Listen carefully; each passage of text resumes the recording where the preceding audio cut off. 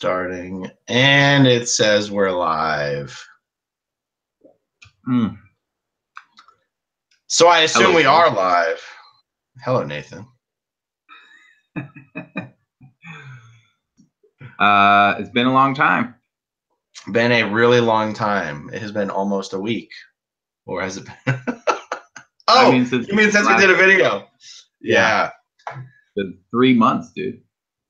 It's been 3 months, but Nathan was here in Clearwater last week for our Scientology and the Aftermath meetup, which I had a good time. Did you have a good time? Dude, it was awesome, man. I mean, one of the things that surprised me about that meetup was, you know, I saw a bunch of these people on Aftermath, the contributors, and you don't really get a sense for like what's their personality. You know, are they, you know, they're just kind of telling a story. It's not really what do they like to see in real life. And people were really cool. I mean, I was super impressed by all of them that I met. I mean, they were really not what I was expecting. I didn't really have too much expectations, but you always kind of have that little thing in the back of your mind, like, oh, you know, maybe I'm gonna meet like the real SPs, and like, you know, I was wrong. They are the shit. I'm in the SP again, you know, or something. I don't know. And I just met them, and they're super cool, and everybody's really down to earth, and it was great to see everybody out there. Meet Goliath, you know, it was, the whole thing was wonderful. I don't regret it for a second going out there. So it was really cool. Yeah, that's awesome. I was you know, the weather, I was a little disappointed with the turnout, but it ended up, it was about 700 people. It doesn't feel like 700 people when it's over a 5-hour period, you know, people coming and going. And also it was a little chilly and a little rainy, so that probably kept some people away. But and I'm not sure when the next one will be. I hope it'll be soon. I thought it was going to be in a couple months, but I think that's probably too soon. And then maybe a lot of people who didn't have the chance to come could probably come to that one. Like I was hoping that Dylan Gill was going to be here in Clearwater, but he couldn't make it. But hopefully he can come to the next one. And hopefully Christy Gordon can come to the next one, and a bunch of other people. And so also for people watching this, please put it in the comments below whether our audio seems better than it normally is. My audio tends to be louder than the other person's, and I tend to sound like I'm shouting and whatnot. I'm hoping that the AirPods help that a bit. All right, so we're gonna do a Q&A. What you gathered questions from Facebook? I got questions from somebody that seemed pretty, you know, pretty interesting questions. These are questions all from one person, actually, from Angelia Willow Wolf Nichols. That's her name, which is cool. And yeah, I mean, the first one's pretty easy. It's just kind of, for me, it's just how did I apply for college with the discrepancies in my education? So she's referring to there that, you know, I didn't even finish the freshman year of high school. I dropped out after about 2 or 3 months.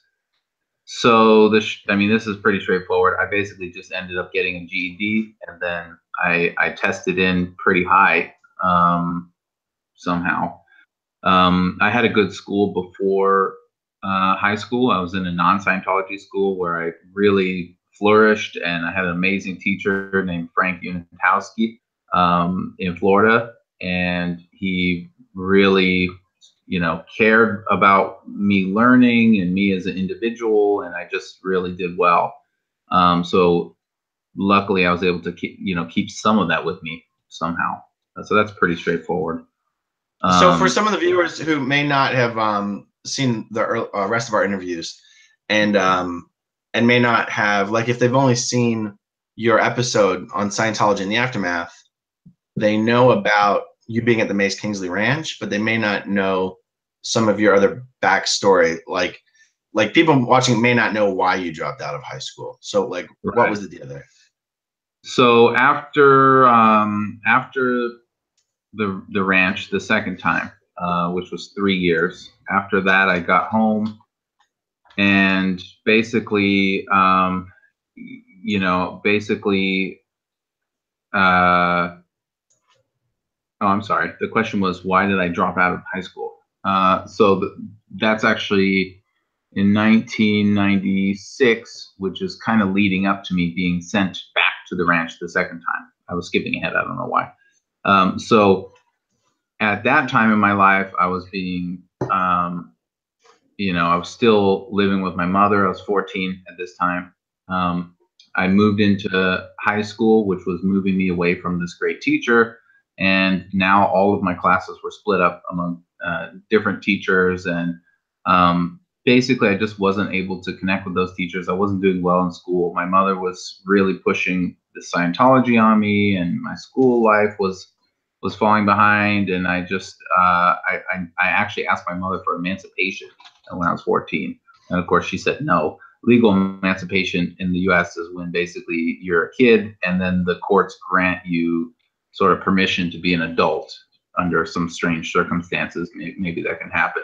But in this case, I needed her permission, and she said no, which, I mean, I would have said no. Didn't really make any sense for her to say yes. But I wanted out. I wanted out of this life, and so then I thought, how can I get out of this situation of living with my mother, who's just, pressuring me into Scientology day in and day out, and being in a school where, kids are being violent towards me, and, I got thrown out of a window, and my grades were suffering because I wasn't allowed to study because of the, the pressures in the school and everything like that. So I decided I would join the Sea Org, the Scientology's sort of priesthood, if you will, and because I thought, well, that's a way to keep my mother happy and be able to live by myself, and kind of two birds with one stone. So then I did that, and I dropped out of school. And she loved that idea. And so when I was 14, I went and I joined the Sea Org at Flag, which is the headquarters of Scientology, basically. And then that only lasted, 2-3 months before it just kind of fell apart. I mean, obviously, I wasn't there to spread the message of Scientology. I was just there trying to get out of my living situation.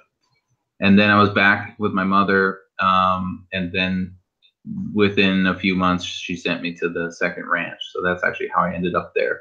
So this question from Angelia is basically saying, well, if that's what happened to you, then how come when you got out of the ranch, I was homeless for about 7 years after I got out of the ranch. And she's basically saying, well, then how did you get into college? And by college, what she really means here is vocational college. It's not a real college. I went to a vocational school. And basically, I got a GED, and I, eventually got FAFSA approved, and was able to test in. But she's right in saying, she later says, like, did you have to do any, remedial classes? And they did. I wanted to get into tech, and they started me off with like English 100A or something, some pretty basic stuff, because I was obviously behind. And to this day, I'm in my late 30s, and to this day, I'm not well-rounded with education. I don't really know what people are talking about a lot of times. But pretty good question. What was your education like after leaving the SO? Yeah, so I left school. I went to public school up until through the sixth grade. And then me and my brother and my stepbrother and my stepsister and two of my mom's friends' kids, we all did homeschool for the next year. So for my 7th grade, it was homeschool.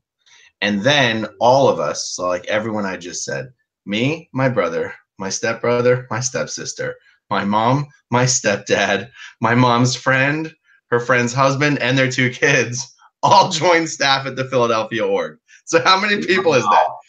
1, 2, 3, 4, 5, 6, 7, 8, 9, 10. Between the 2 families, 10 people joining staff at the Philadelphia Oh org. my God. Okay, so there you go. So I was, 12 or 13, I think 12 when we actually joined staff. That was the end of my formal education of any kind, vocational or otherwise, as far as like in an institution of learning.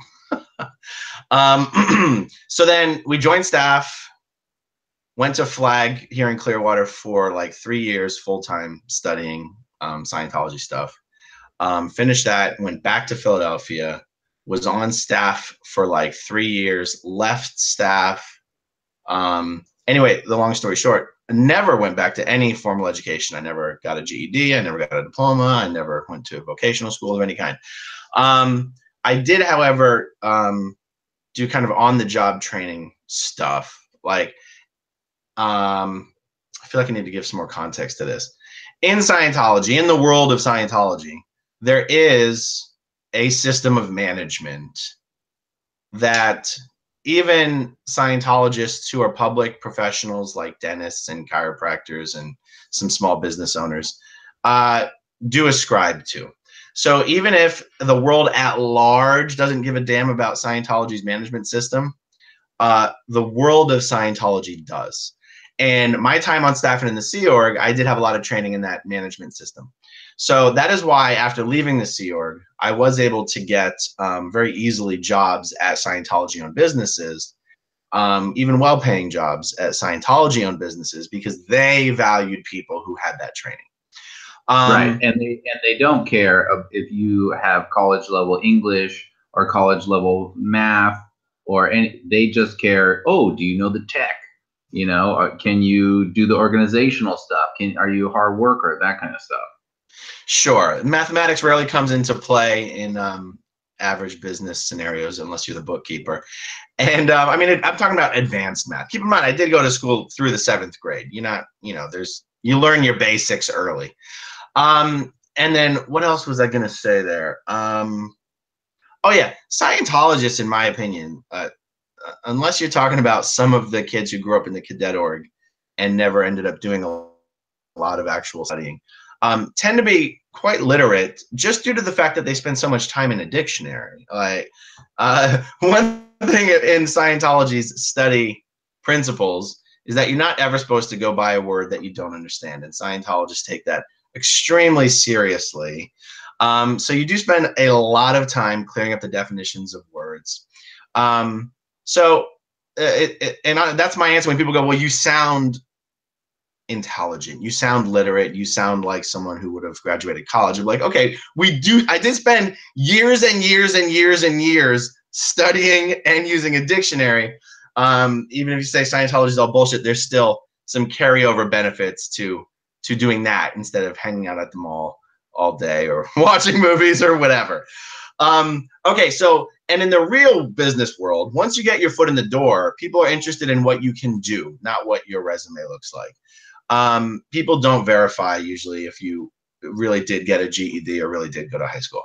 So in my scenario, I was able to get legitimate jobs at Scientology-owned businesses, and then eventually through the interaction with the non-Scientology clients of those companies, ended up sort of springboarding into well-paying jobs with non-Scientology companies, which then eventually springboarded into opening my own business. And so your question was about the education. Yeah, so as far as the actual education, it ended at 7th grade. Now, I do, I'm a huge reader. I read tons of books. I had tons of media. I'm interested in politics. I'm interested in world affairs. I'm interested in history. And something like YouTube allows anyone to pretty much get as educated as they would like to be on any particular subject. So I try to tell people, and sometimes this gets misconstrued into me denigrating the value of education. I try to tell people, your education does not just occur in the 4 walls of a classroom. And my saying that is really telling people not to feel limited by their possible lack of education, that they can educate themselves on whatever they want to get educated on. Obviously, there's many professions that require degrees, doctors, lawyers, etc. I've never specifically poo-pooed education, although there is an argument to be made that the value of higher education these days is perhaps not quite as important as it was 20 or 30 years ago.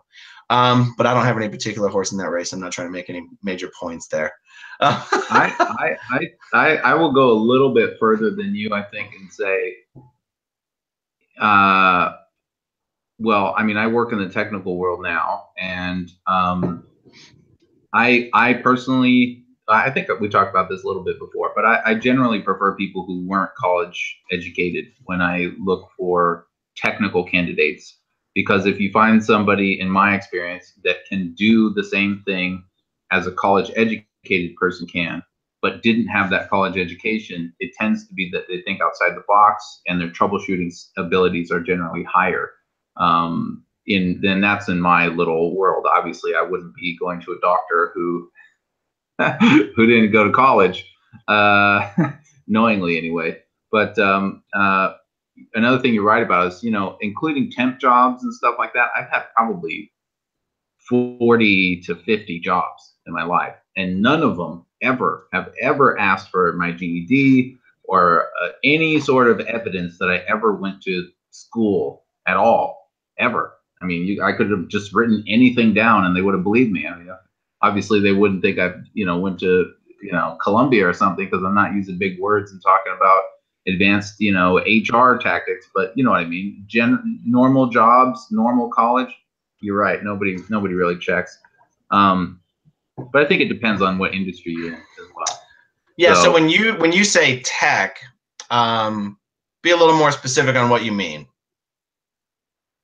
So I'm really referring just to, I guess what college people call like computer sciences, basically being a computer nerd, learning and understanding and applying things like Linux and Unix and advanced, networking and this type of stuff. The type of stuff that you can read books and learn, you can practice and learn, you can watch videos these days and learn, and all that kind of stuff. Generally, because it's so quick to change, by the time someone gets out of college, maybe 25% of the stuff that they've learned is totally, it doesn't even work anymore. Literally, like, oh, we learned how to write this function, and then they go try to use it in the modern version of that software. It doesn't even exist anymore, because it's just slow to update the curriculums and the books and everything. And then and this is kind of weird, actually, a weird observation, I think, is that because colleges tend to try to educate you rather than prepare you for a job, I tend to find people that have learned certain languages, like programming languages and other things, that are really good if you want to understand computers, but the language themselves is not actually useful outside of the college, which is kind of strange. I'm thinking specifically of a language called Java, where almost every CS major that I've interviewed knows Java, but when they get out into the real world where people are doing systems administration, network administration, systems architect, the world that I live in, we'd never use Java, ever, like for anything, ever. I mean, 0 times have they ever needed Java for anything. And yet that's the main one that they teach people, not because it's useful for jobs, but because it is actually really useful. It's a good sweet spot language where you can learn the low level stuff that you otherwise would have to slip into like C or assembly to get involved with, but also learn about object-oriented programming and higher level language, artifacts. So that's another sort of strange observation, is that you get people who generally understand, but then the specific tools that they've used, nobody uses them. Anyway, I don't want to bore everyone with education. I think people find this fascinating. What are the languages that are immediately applicable when you land in the job market? Well, and I don't want to act like all tech is the same, but for what I do, I come from a background of managed web hosting and on the server side, basically. So dealing a lot with, like I said, Linux and Unix and Windows and even Mac, which is a Unix. when I started, the big languages to learn were Bash and Perl. And then Perl has really been all but replaced by Python. Python is basically the language. I mean, if you want to be a programmer in almost any industry, Python will help you. There are some things that you still need to drop down to like C++ to do, especially with regards to graphics, games, those types of things that need to be very, very, very fast in real time. But generally speaking, for things like scripting or writing programs that do this and that in general programming, Python is unsurpassed in its user base and its ease of use. It's essentially the new version of what BASIC used to be back in the sort of late 80s and early 90s, in the sense that it's very easy to pick up. I mean, it's practically English, and yet it was designed from the ground up to be very modern, and they very deliberately designed each of its features and functions. So they didn't sort of say, oh, here's how people used to do it, let's kind of make it familiar for them. They kind of said, how do we make this super straightforward and easy to do, but in the back end be extremely well thought out and deliberate? And so it's just a very solid language. But the problem is, if you teach that in colleges, what you end up with is somebody who understands Python, but they don't really understand some of the stuff that Python hides from you, abstracts you from. For example, dealing with memory management and having to do a lot of cleanup in your code as far as making sure you don't have memory leaks and this kind of stuff that you have to think about when you do lower level languages. And so it does make sense that they teach languages like C and Java so that you get people who walk out of the classroom and understand programming on a deeper level. But if you are a Java programmer, you're not in my world. I mean, you're doing something else, maybe making very specific Java apps, working at, Sun, Oracle, something like that. Yeah, interesting. So I never got into the tech stuff at all, as you know. So when I first got out of the SO, I wound up at one of these wise consulting companies that basically specialize in helping physical therapists have some sort of a management plan for their businesses, because these guys go to school for physical therapy, they become private business owners, but they actually don't have any management background. And so those courses can give those business owners some basic tools to use so they feel like they can control this beast they've created. I'm giving examples of how I landed in jobs that my background in Scientology served me. So that job I landed strictly because of my experience on staffing in the Sea Org, and the business owner of that business was, of course, a Scientologist. From there, one of the clients, something happened in that business, I quit, and one of the clients that I had hired me to help them implement in their 17 physical therapy clinics the stuff they were learning at this consulting company that didn't have the time or truly the understanding to personally implement. So I helped them with that for about 1.5 years. That was my first big paying job. So I could have worked at that job as long as I wanted to, but they wanted me to move to either South Carolina or Colorado, and that was not in the cards. So that job ended, unfortunately. I really enjoyed that job. And then I had to be like, oh my God, how am I going to find a well-paying job in Clearwater? Like, this was a really well-paying job, and the well-paying jobs in the Scientology world in Clearwater don't pay anywhere near that much. So I landed at one of the local Postcard Mania, a local Scientology-owned marketing direct mail marketing business. And the job I had in that company, again, was one of these things where I was just completely helping to apply the stuff all Scientologists know to be the management technology. So that didn't require stepping out of my comfort zone in any way, shape, or form. I did not enjoy working there at all. So luckily, Kurt Feshbach was hiring, and I got an introduction to Kurt through a mutual friend, and I ended up being hired at Kurt Feshbach's research company called Falcon Research, and that's where I got introduced to the stock market and doing stock market research and what short selling stocks is all about. And so, again, this is an example of how Scientologists value Scientology training over anything else.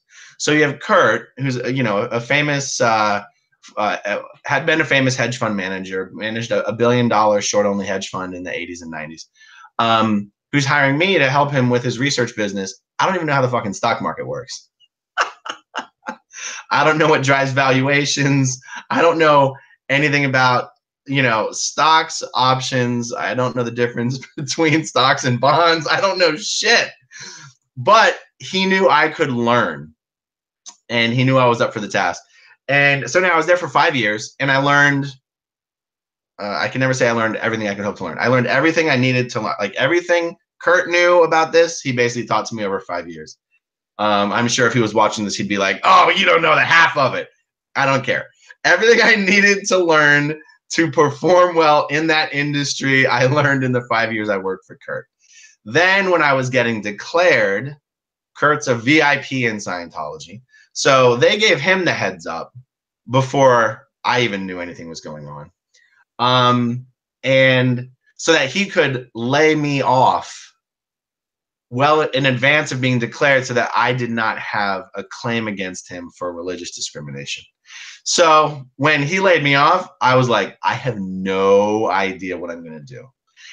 But again, just like what happened at the other business, at the consultancy, where my experience and contacts I made with the clients helped me springboard into a better paying job outside of the world of Scientology. That's what happened here as well. During my time with Kurt, I made a lot of good contacts and connections and did a lot of good work for a lot of important people. And so when they found out I wasn't at Falcon anymore, there was one person in particular who helped set me up with my own business, introduced me to my first clients. And then so I was now in business for myself, doing investment research for hedge funds, which was much more rewarding than doing it for someone else. I never and this is an interesting concept. For me, growing up as a staff member and a Sea Org member, being a business owner wasn't in my DNA. It was never something I intended on doing. I never had any plans on doing it. Even when Kurt laid me off, it never even occurred to me that I would start my own business and stay in the industry. But due to some support and encouragement from some other industry guys, luckily it went that way. And, the guys who normally do what I do are Harvard graduates, Yale graduates, Eton graduates, Wharton graduates. Like, there's no one in my industry who doesn't have a high school diploma. I'm the only guy. Yeah. And I'm not even shy about it. Like, the people who hire me know my background. That's part of one of the pieces of advice I've wanted to tell people who leave the Sea or whatever. They don't know what to put on their resume. They don't know how to answer questions in interviews. I'm like, you can bullshit it up to a certain level, but you're doing yourself the biggest favor when you just also at some point go, okay, can I be real with you for a second? And tell them the fucking story. Because if you tell them the story, not only are they going to understand your story and appreciate the hell out of it, they're also going to understand why you had to fib about it at first. You know what I mean? They're not going to hold that against you, because the story is so fucking incredible that you can't lead with that. So even when I'd be talking to a potential client on the hedge fund side, when they're like, how come you're not at Falcon Research anymore? And I'd be like, I know you did not intend for that to be a loaded question, but if you don't mind, I'm going to give you the loaded answer. And it might be a little more personal than you expected when you asked that question, but there's no other way around it. I'm just going to tell you what the deal is. And I tell them the story, and they'd be like, wow. They'd be like, well, for what it's worth, I think you made the right decision. And we like you, and we like what you're doing, and we're going to give you a shot. And that's all you need is a shot. That's all you can ask for. It's up to you to make good on the opportunities you've been given. But, if you're honest with people, oftentimes you have to fib. Like, if you spent your whole life, on staff or in the Sea Org, and you don't have an education, but you're a competent person, you may have to fib to get your foot in the door. But once you get your foot in the door, just impress the hell out of them, and tell them the whole story as early as you can, because people I agree with that. that. I mean, in the very beginning, I was doing day labor, and they don't get, they don't care who you are. They don't even bother to ask your name half the time. And then I moved to temp jobs, and they also don't care. They don't even bother to get your name because you're only there for 2 weeks or whatever. And then I got a job at Wendy's. They also don't care. My job history there was I just wrote the temp jobs as if they were jobs. So it's like, oh, I used to work at Coca-Cola, helping them deliver Coca-Cola bottles, even though I didn't mention, yeah, that was only for 2 weeks. I probably lied about the duration. And then I got Wendy's, and then I went to another place and said that I had been at Wendy's, and so on.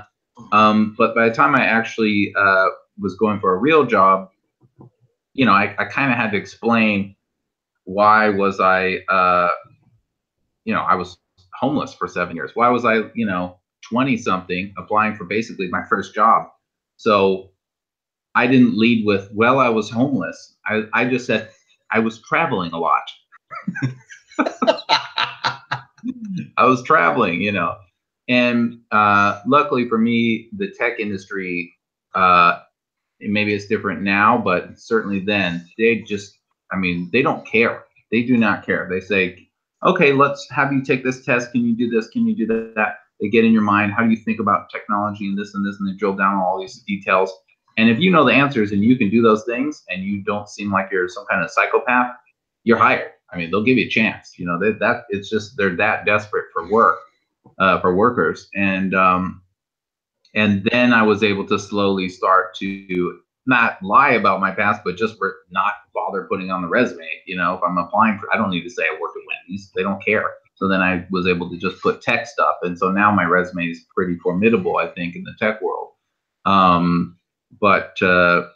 Yeah, I agree that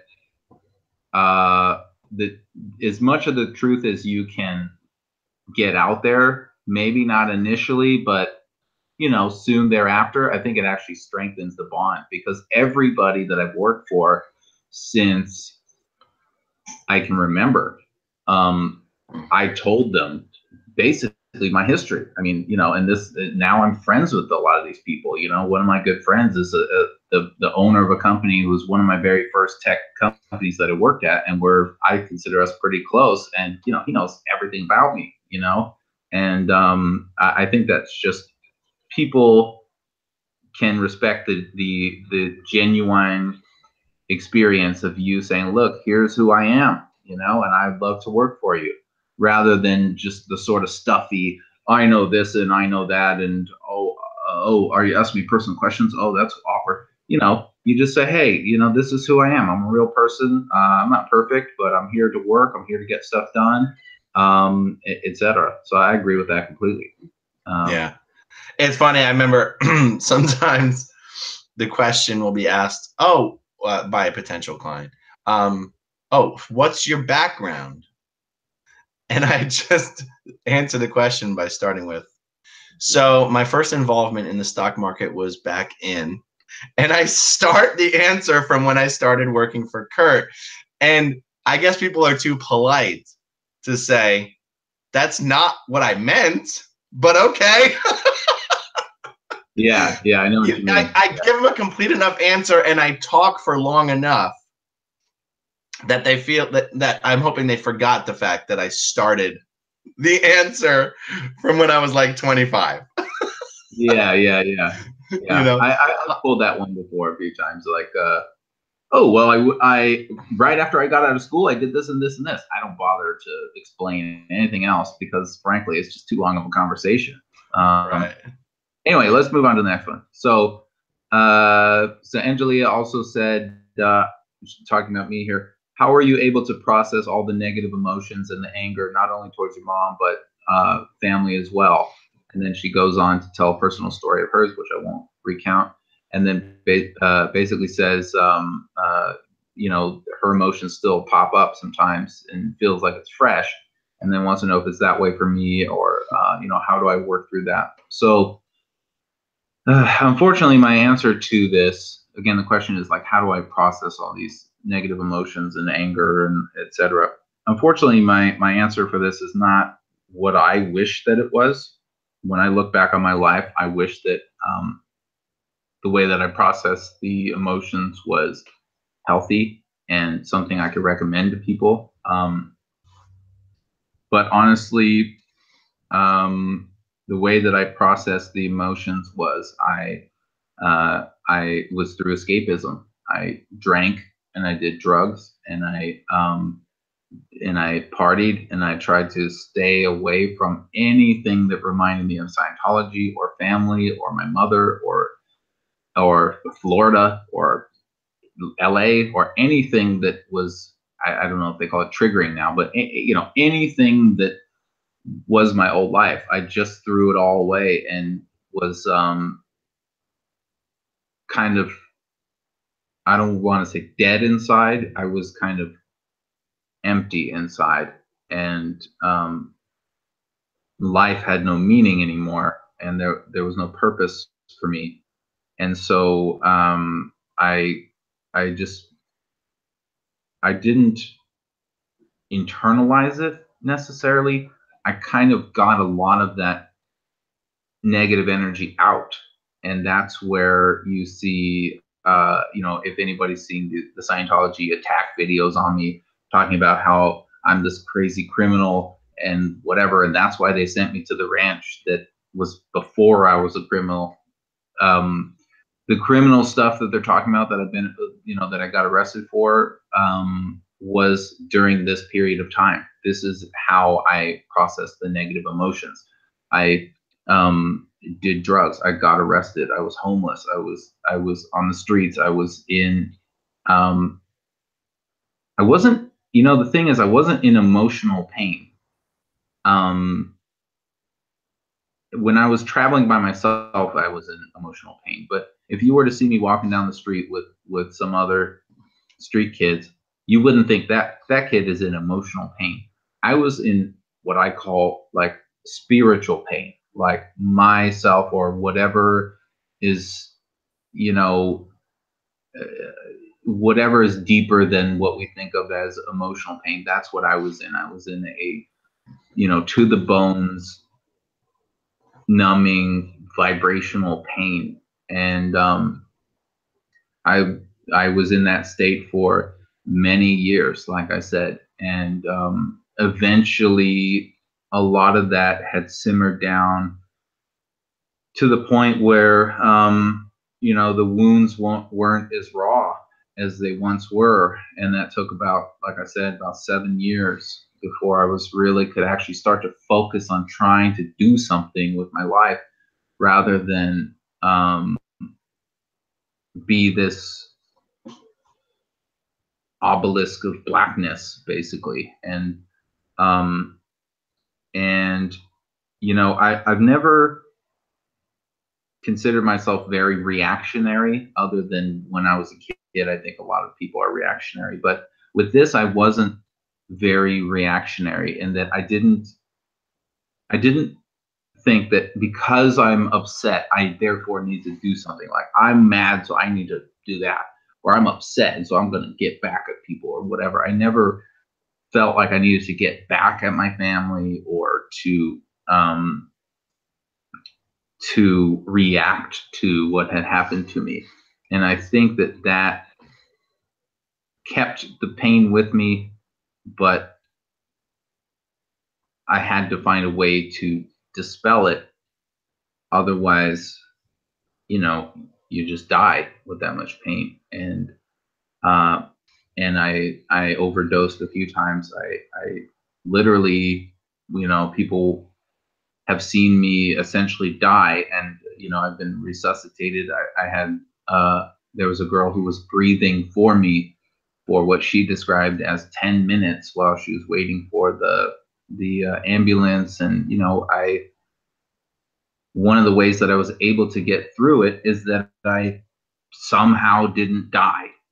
And so this question um, is a little disappointing for me, in that, you know, the answer is not especially, I don't think necessarily it's really helpful, you know, because I don't want to tell people, hey, if you have pain and stuff goes wrong, you should go do drugs and you should drink.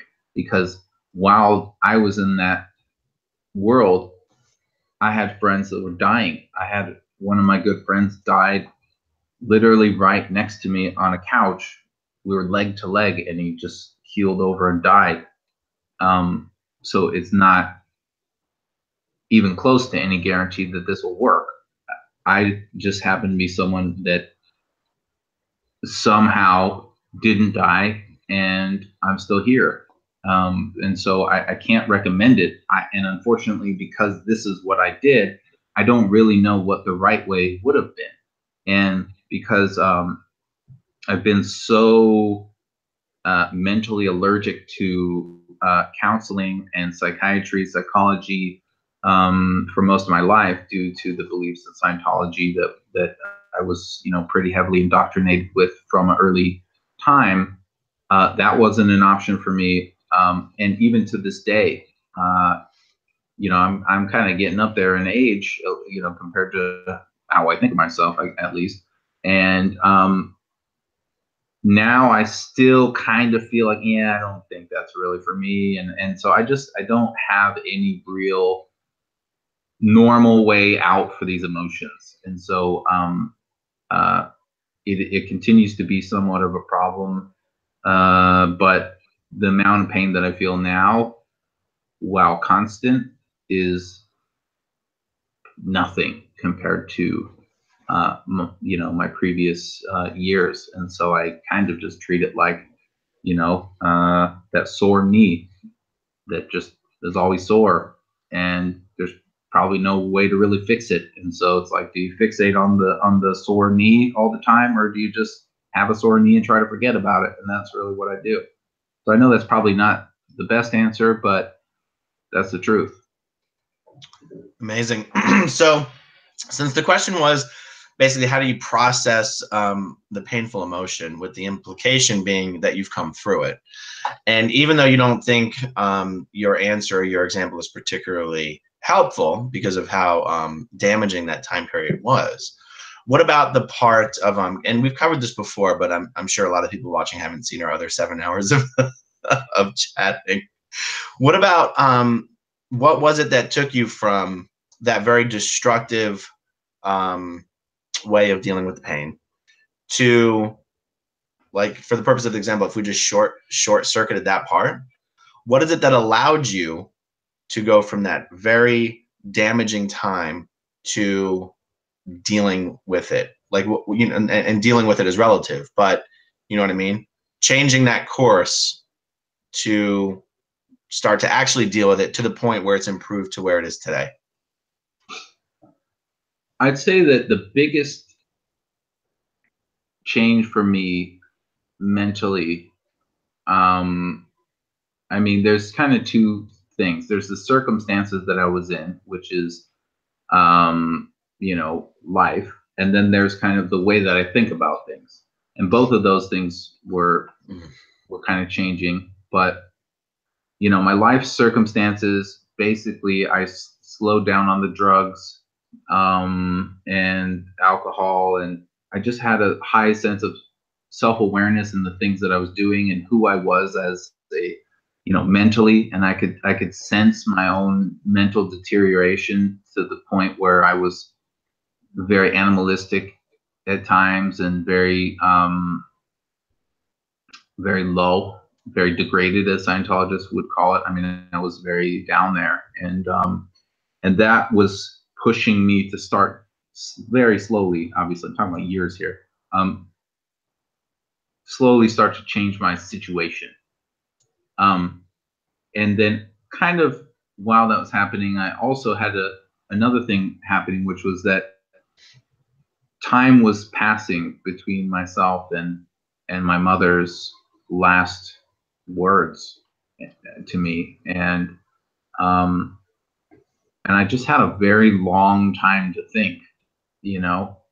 I know I keep saying this, but it was 7 years. It was a long, long time, and 7 years is way longer than it sounds like when you're homeless. Every day seems like forever. If you're sober, at least. And so the point is that eventually I started to kind of realize that even though my mother and I had a really, really broken relationship, I started to see more and more that she was trying to do what she thought was the best for me. Not all the time, but by far most of the time, like by and large, it was most of the time. She was trying to do what was right for me. And that wasn't forgiveness, but that slowly started to make me be able to understand a bit about her perspective. And once I could slowly start to understand, it made me, like I said in the show, it allowed me to not have to hate her. And I found that I didn't have the darkness inside of me to continue to energize that hatred. And as soon as I kind of started letting go of that, I started to have a new kind of emptiness inside. Only this was the emptiness that something could fill, something like a future or a job or hope or a life or progress, or there was something that now I could place something good into. And so that's really what it was, is that I had to let go of the hatred that I had for my life and my family and this world, and um, this in the way that I was thinking, if I'm being honest, in this universe and in this reality. Because again, you have to remember that people think that just because I rejected Scientology from literally as early as I can remember it, that I didn't believe it. That's not true, right? I believed in almost all of Scientology when I was young. There were parts of it that really started making me question over time and so on. But the bulk of at least the core beliefs is what I believed. And so I believed that I was a Thetan, even when I was, homeless, at least for the first few years. And so to me, it was the entire universe and this whole, physical reality and all of the everything. And even myself, I hated myself, not just for, I guess more normal reasons that somebody might feel that way, depression and whatnot, but I actually hated myself for pulling in this life, for causing this life to happen to myself. And it turned out for me that the pin that was everything was hanging on, I don't remember the name of that, linchpin, the whatever that thing is that everything's hanging on, the one thing that you can pull out that it all comes apart, that was the hatred that I held on to for my mother. And once that started to go, it didn't matter to me anymore that my life was horrible. And it was horrible. It didn't matter to me as much as it did before. It didn't matter to me so much that I had to hate myself because of it and hate others. It just became, well, that's just how it is. So what do you want to do? What are you going to fill that hole with? And that's where I started to come into feeling, wow, I want to do something. Cool. What was the question you were answering? Was how do I process all the negative emotions? And then you said, how did that really turn around? Yeah. And you said briefly, and then I rambled for 45 minutes. No, I mean, that's great. I mean, it's a good answer. It's been 3 months, dude. It's all, it's got to come out.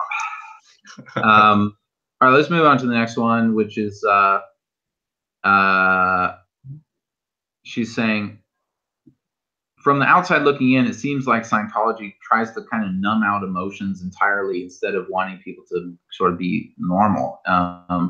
And she's basically asking, like, how am I able to have relationships with people, and how have I been able to find emotions and, I guess, emotionality, if that's a word, and that type of thing. And then also ask, what do I do for fun? And do I play sports, essentially? So I'll kind of answer them in reverse order, I guess. So I don't play sports. I'm just not good at it. What do I do for fun? Unfortunately, I play on computers and I work, basically, is all I do. And then when I'm not working, I travel. And so I travel for fun. And that is my, that's so much my passion now that I can't even start to get into it now because the rest of this time will all be burnt up on me babbling about how great traveling is. So I can talk about that another time.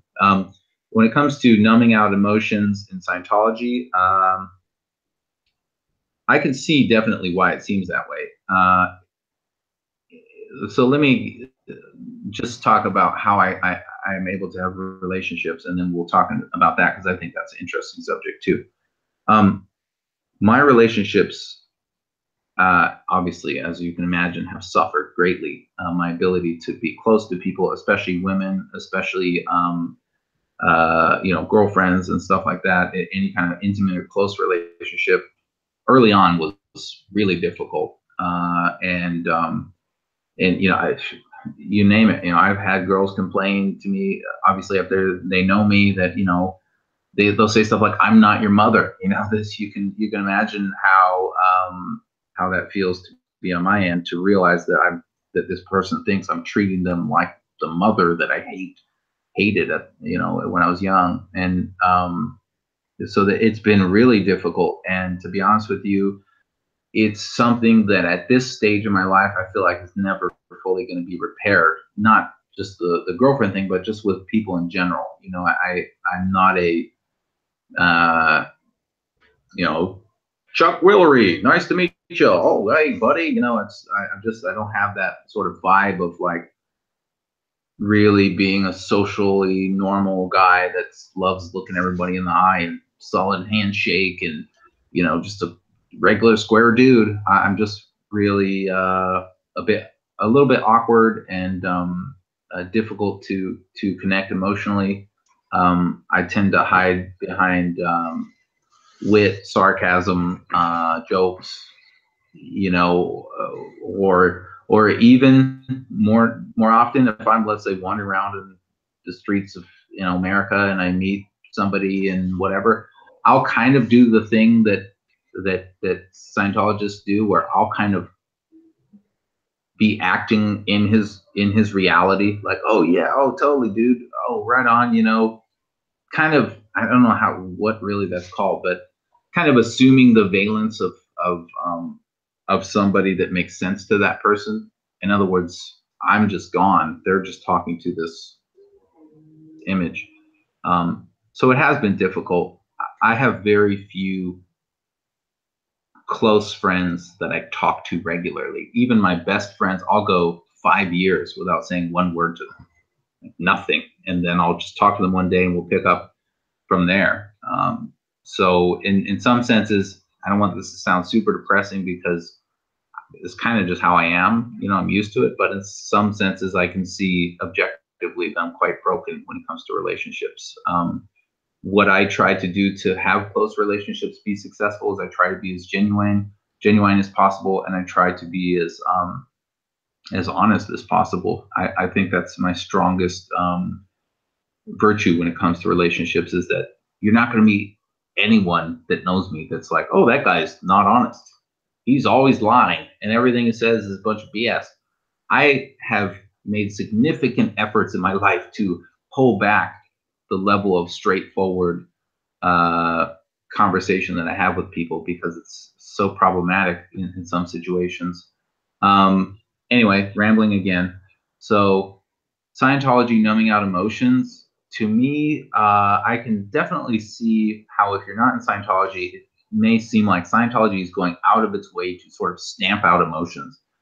And that may be true. When I was in it, I know how it felt to think about emotions. And the way that it felt in sort of my world was, emotions are kind of something that you cause / they sort of happen to you, and a little bit's fine, but anything beyond a certain point is just, now you're just dramatizing, you're just going over the top, you're creating this, you're doing all this stuff. and they sort of get a bad rap. And so so the more emotional that you are, generally speaking, in Scientology, the worse you look to other Scientologists, basically. And one just quick final thought on that is that when you watch videos of people like what was that guy's name? Oh, he's like, you wanted me to be mad? Well, I'm mad. I'm real mad, or whatever. Tommy Davis. Huh? Tommy Davis. Tommy Davis, right. So for any non-Scientologists watching that, that's not him being emotional. Okay, that's something that Scientologists do. It's called mocking it up. They're mocking up this emotion, meaning they're creating the appearance and the this is hard to explain without using a bunch of Scientology words. They're creating sort of like an avatar of themselves, and that avatar is presenting you with that emotion, and then they're retracting it. And it's basically bad acting. It's kind of like, yeah, it's kind of like acting, basically, but they don't think of it that way. But yeah, and so even then, because you may think, well, I've seen Scientologists be angry. Not really. He wasn't actually angry. He's going, well, I'm mad. Hey, I'm really pissed off. You know, and then you want me mad? I'm mad, real mad. How mad are you, Tommy? Tell us. So, was your experience with emotionality in Scientology similar to what I'm talking about?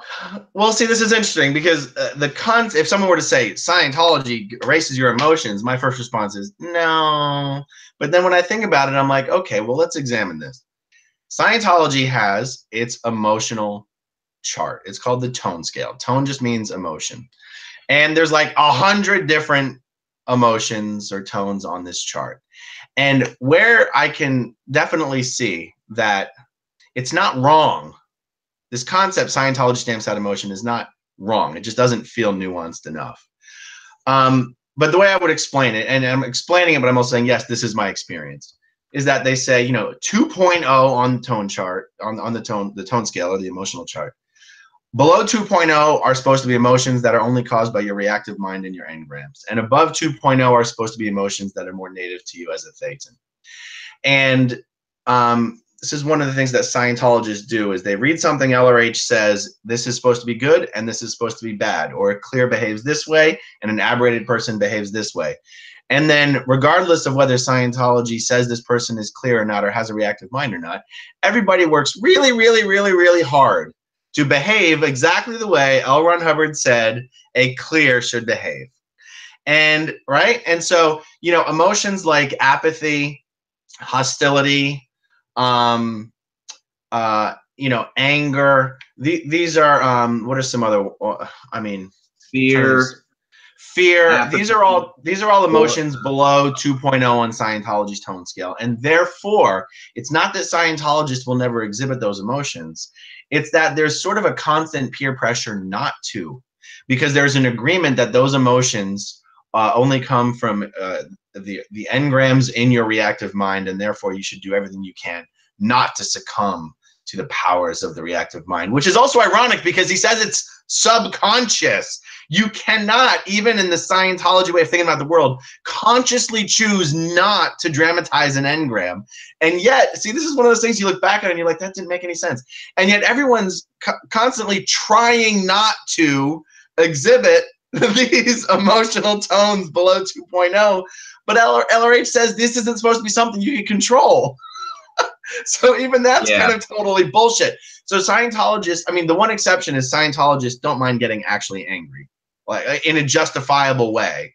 That's something that never entirely made a lot of sense. It's like, no, anger is an emotion below 2.0, except you can only exhibit it in the proper times. And you're like, yeah, but I thought that was supposed to be because of engrams, whatever. So what are the emotions above 2.0? 2.5, I believe, is boredom. 2.6 is mild interest or disinterested. 3.0 is cheerfulness, or 3.0 is conservatism. 3.5 is cheerfulness. And like 8 is like exhilaration. I think anyway, it's these sort of abstract emotions.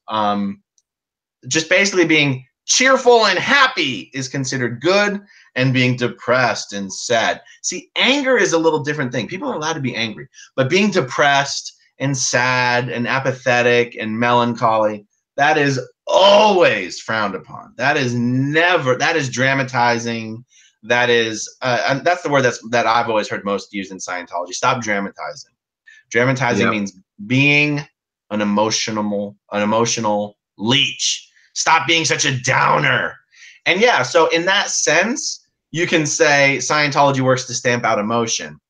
And this is interesting discussing, because I would say, on the other hand, it's healthy to be able to experience your own emotions, but is it particularly healthy to dwell on them? I don't particularly think so. You know, like, is there, you know, is it?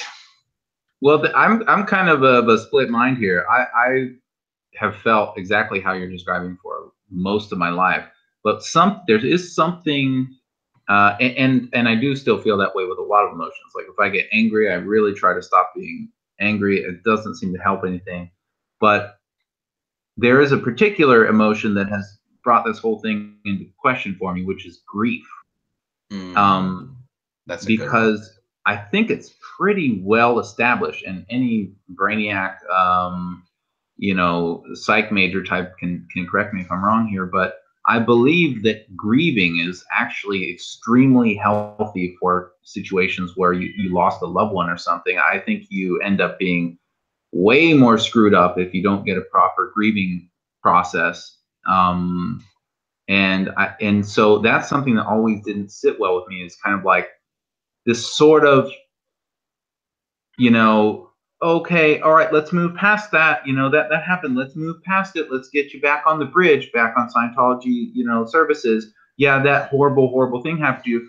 Okay, let's snap into reality, snap into present time, and get moving on. That seems to be the attitude that that Scientologists have towards grieving over, you know, a lost, you know, family member, for example, which I've witnessed a few times. And looking back, I'm not sure that's right. I think actually you should be able to grieve, and if that takes you 6 months, or, you know, a few months or whatever it is, then I think in most cases that's probably healthy. But like I said, I'm not an expert there. Yeah, this is interesting. Because, and this is an example of where Hubbard has said some things that are contradictory on this subject of grief, and therefore you can always, as a Scientologist, find the quote to justify your current feelings on the matter. And here's what I mean. There's the concept of engrams being responsible for emotions below 2.0. And there's also in Scientology the definition of misemotion. And the definition of misemotion is not anything below 2.0. It's anything not appropriate for the circumstance. And so let's say someone has a family member who dies. In Scientology, they would call that a secondary engram, or a moment of loss that restimulates a primary engram, which is pain and unconsciousness.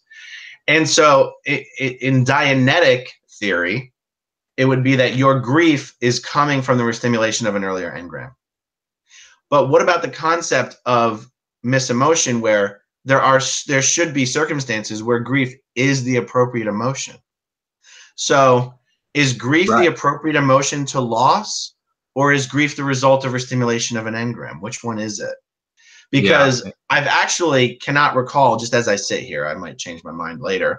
I can't recall a place where Hubbard specifically said, you're not supposed to cry, or you're not supposed to grieve, or you're not supposed to feel sorrow.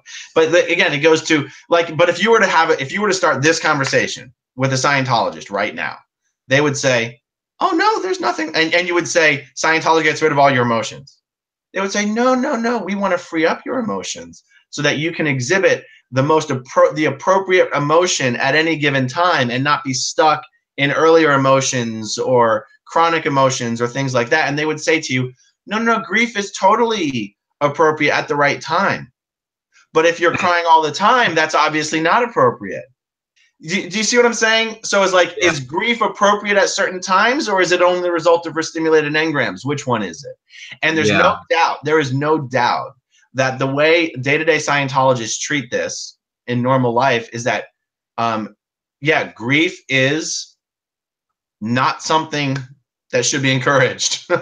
Even if someone dies, it's like, and someone's crying and crying and crying, it's something that needs to be handled, addressed, or fixed, not just let the person be with their emotions. I never in Scientology experienced a willingness to let someone experience grief and go through it naturally. They need to be brought out of it.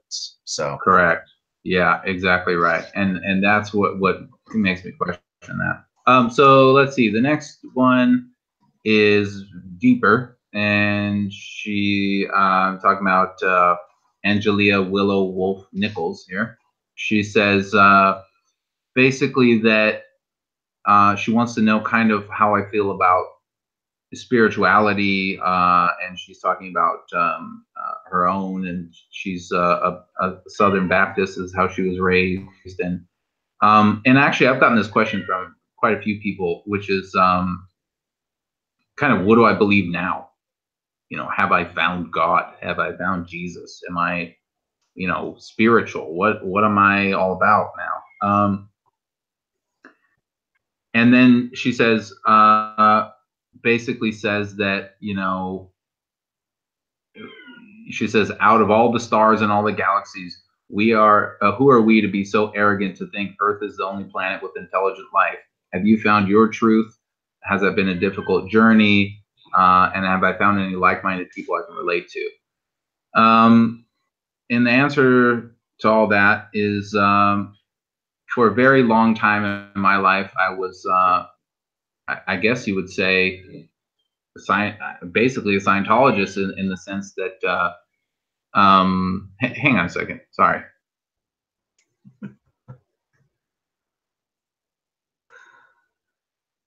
I think we're about to see the cat.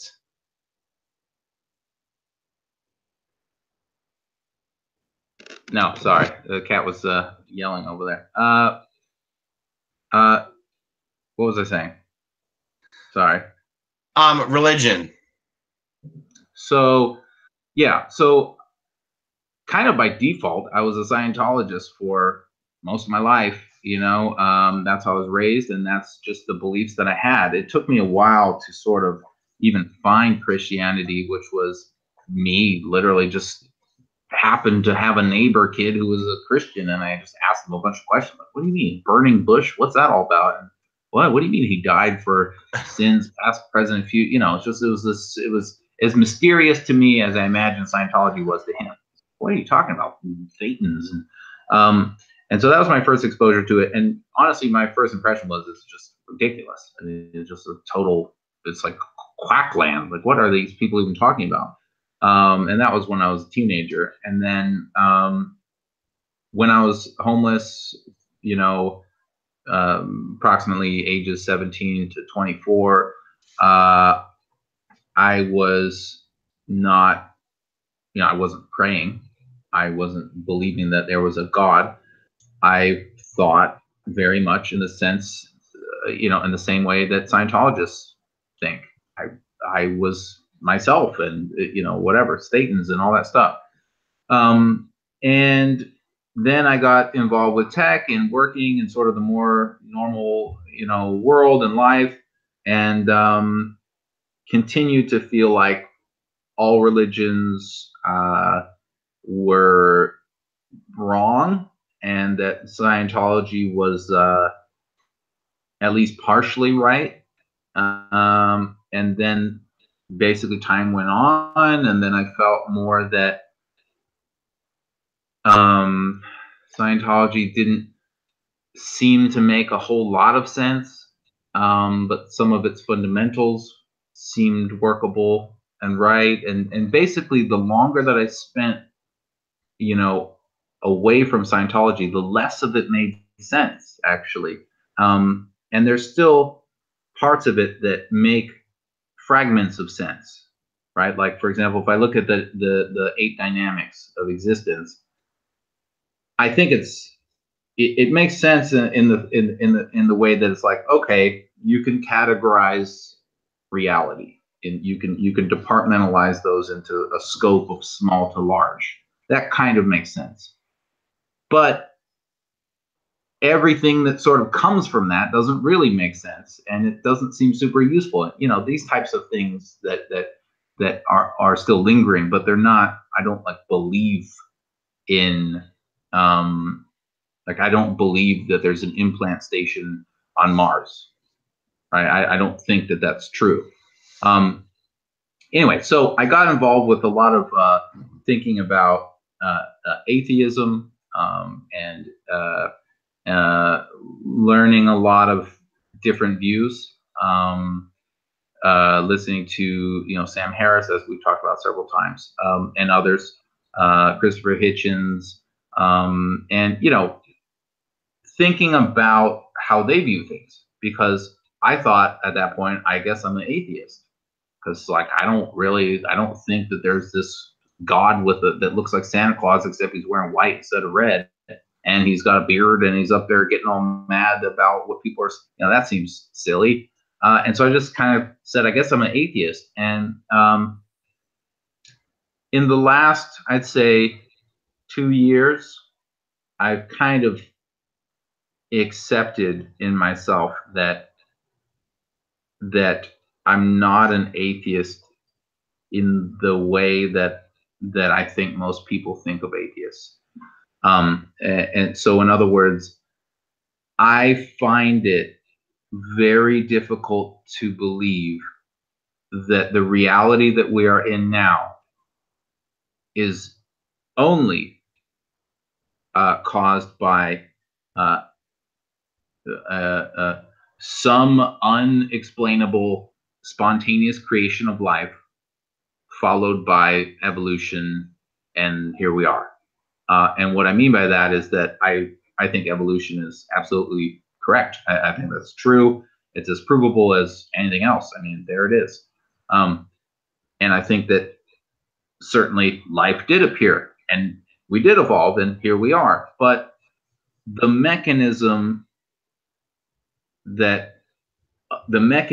of evolution, to me, as a former systems architect and somebody that thinks very carefully about systems and design and automation and programming, when I think about if I were somebody floating around and wanted to create life on a planet, how would I do it?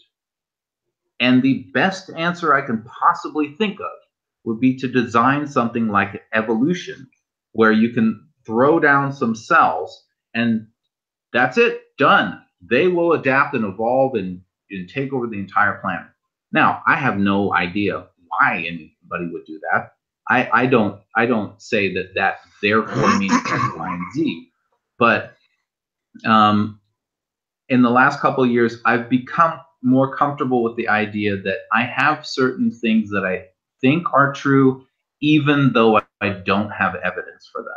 And that's very different than the way that my interpretation of how people like Sam Harris think.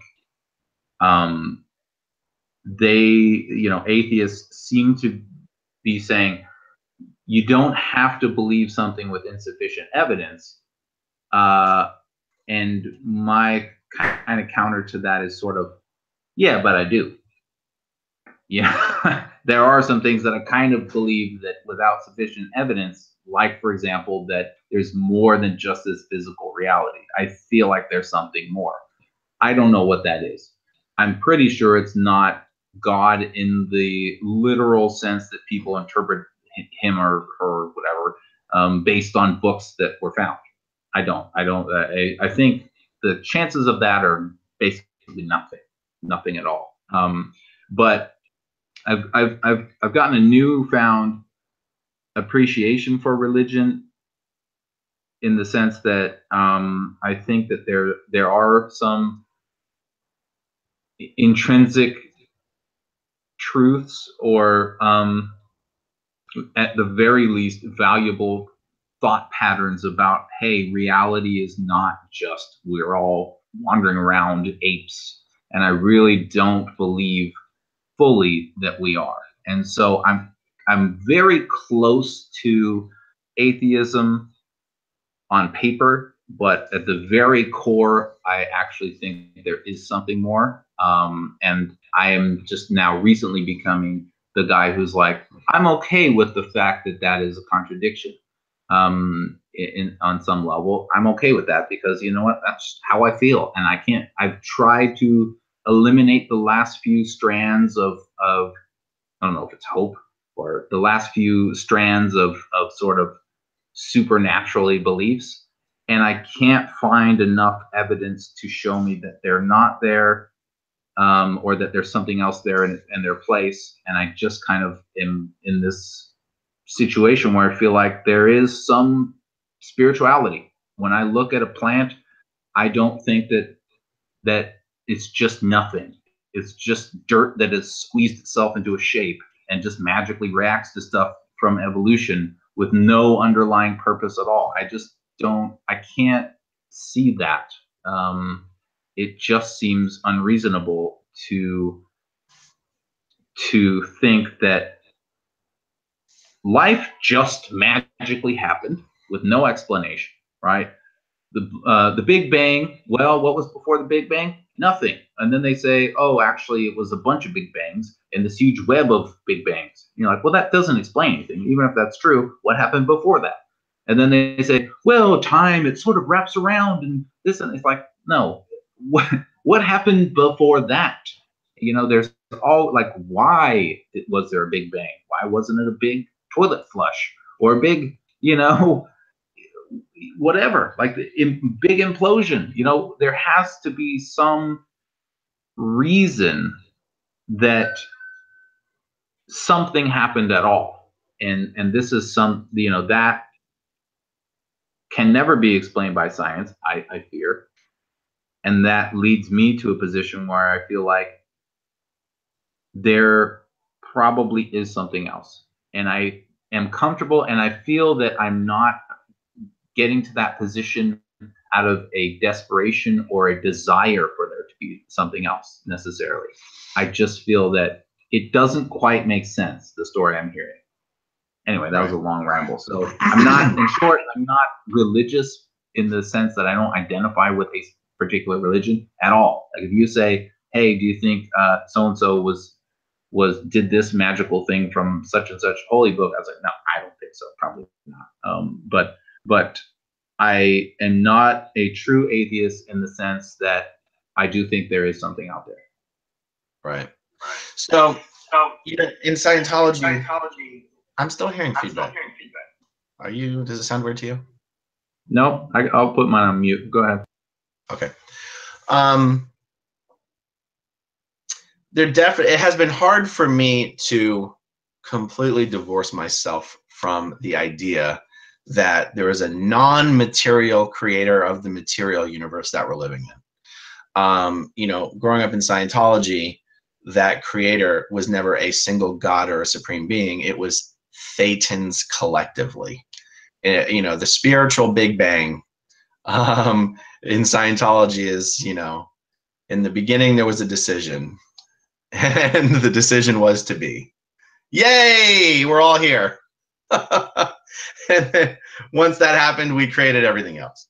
So in Scientology, us collectively as spiritual beings are the supreme being. I no longer think of us as thetans in the way that I did when I believed in Scientology. I'm also not willing to, as you've said, it doesn't feel right. And again, feelings are not logical. It doesn't feel right to conclude all of this happened through some organic chemical circumstances. It doesn't quite make sense. But then I go, to a large degree, religion has always filled the role of explaining away things we didn't already understand. And the more we understand, the less holes there are for religion to fill.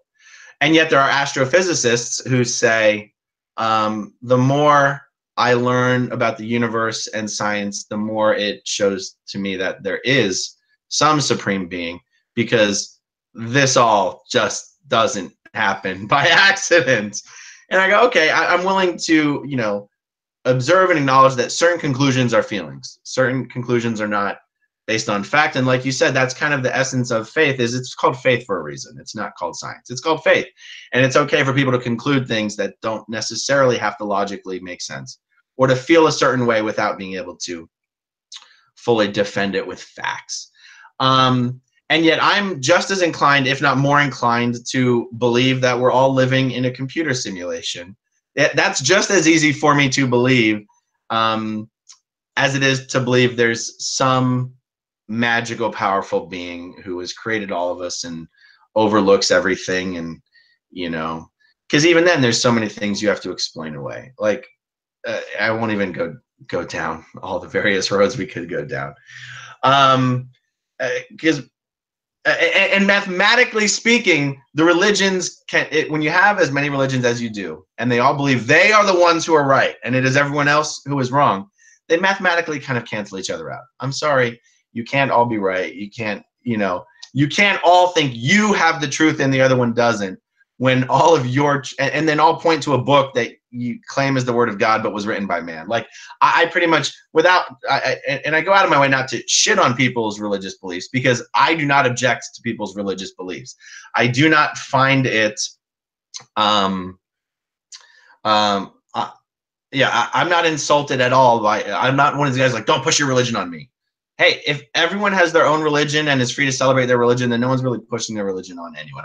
I'm not someone who's offended by people demonstrating their religious beliefs. It's such a leap for me. It's a leap for me to believe in some single supreme being. It is still a leap for me, honestly, to believe in thetans, because I go, okay, show me the evidence. If I as a person, if I personally in Scientology had ever experienced exteriorization, it would be easier for me to go, oh yeah, no, I'm solid on the thetan part. I know we're all thetans. I've never personally experienced that. And I have never spoken to a former Scientologist who has convinced me that they actually experienced it either.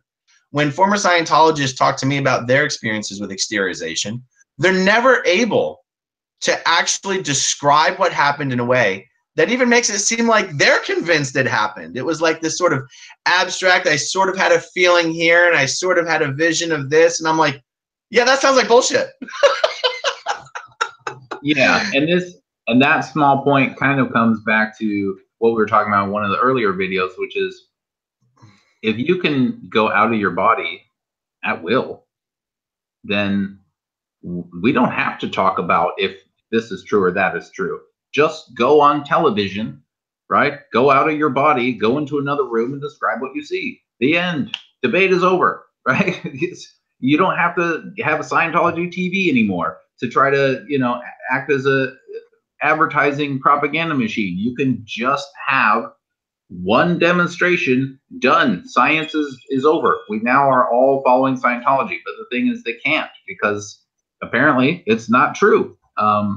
But as far as religions go, I think that I definitely thought that religions were wrong for a long time. And now I feel more like, if my feeling is true, that that there's something more to this reality than what we're sensing directly, that all religions are somehow tapping into that, and they somehow originate from that. They're the sort of artistic expression throughout history of people experiencing that, people feeling like there's something else going on, and trying to articulate a way to present that down the timelines. And so in that respect, they may be right, but I definitely still feel that all of the specifics of that artistic expression are probably all false. Like if the person even existed, that certainly never happened to them, type of thing. But that doesn't necessarily say that, and this kind of gets a little bit into sort of Jordan Peterson's type of line of thinking, which is not exactly, I don't really track with him on a lot of stuff, but he tends to feel like that expression in itself is a different kind of truth.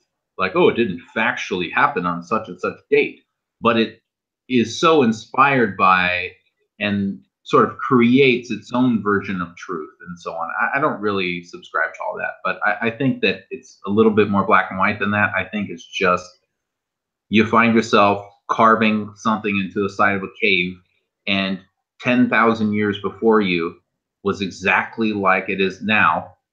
There's nothing has changed, and in 40,000 years, everything's still going to be the same. And you have this feeling that, you know what, there's something more than this, and you're trying to articulate it to your descendants. And how do you do that? You can't write a book that says, hey guys, there's something more to life than just this. It's not going to stick around. You have to big it up. You got to do a big production. You got to have, you know, the something that people can worship, something that people can really be involved with. I don't know, but that's my sense. When it comes to things like, are we living in a simulation? To me, those are sort of mental candy. They're kind of fun to chew on, but they actually don't help me much, because even if we are living in a simulation, none of my questions are answered. Like, who made this, the simulation? Who made that person? Where did it all come from? All the questions still remain. And this is one of my main beefs with how religious people and non-religious people debate on whether religion is real or God exists or whatever, is that the religious people tend to come from the standpoint of, the God I'm talking about, specifically from this book, is real, and because this event and this event, I can prove that those happen, and so on. They get so specific with the details of their particular religion, they kind of forget the point, which is, it doesn't matter if Judaism is real. That's not the point.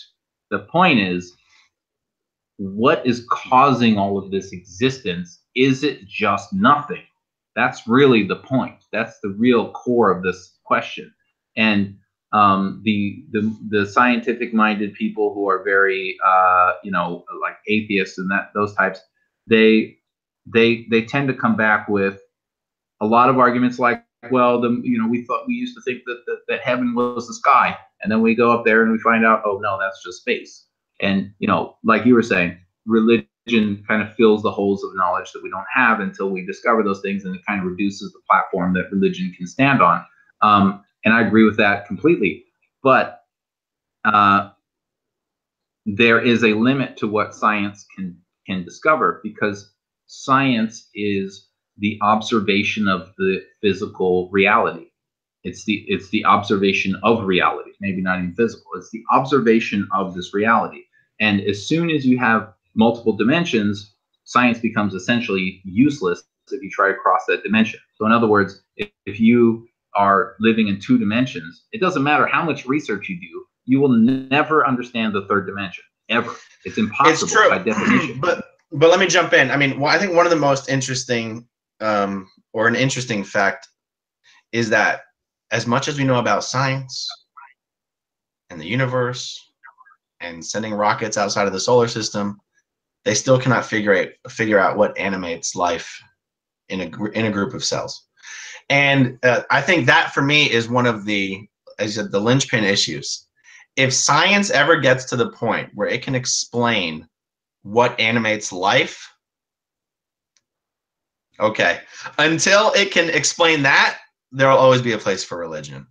And I think, you know, that the point you're making of, you know, that someone's missing the point if they get bogged down into proving or defending the specifics of the details in their one book, that they're missing the point, that there's a greater point. That's kind of what Reza Aslan says of, like, you know, religion is important because of the role it plays in people's life and the belief in something greater than themselves. It doesn't matter if it's true. It doesn't matter if it's true.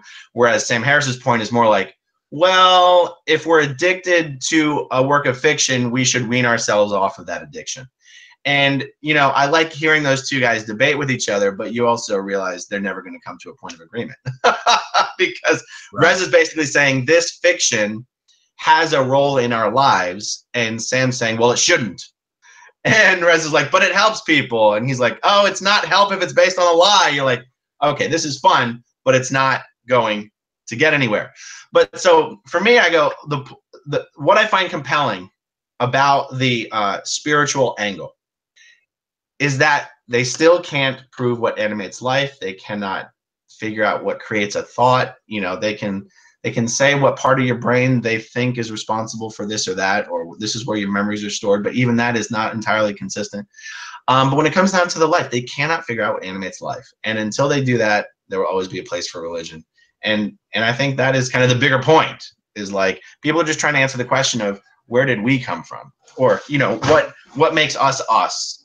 And that's why I enjoy hearing all sorts of schools of thought on this subject, and don't have any particular, I don't feel the need to espouse or defend my views, because I feel like I'm much more interested in other people's views on this subject than my own. You know, I'm just kind of, Yeah, I agree. I'm just a sponge. And from my point of view, I mean, if I would have answered this question a year ago, you would have got a totally different answer, you know. And next year you'll probably get something different. I feel like I'm really, I don't want to say evolving, because that sounds like I'm making progress, but I'm really shifting around in how I view these things as I get more information, and as my brain develops more, and just, I don't know, as I get older, I think about things differently. But I mean, there's something that, you know, my spider senses go off when I think about scientific explanations to things.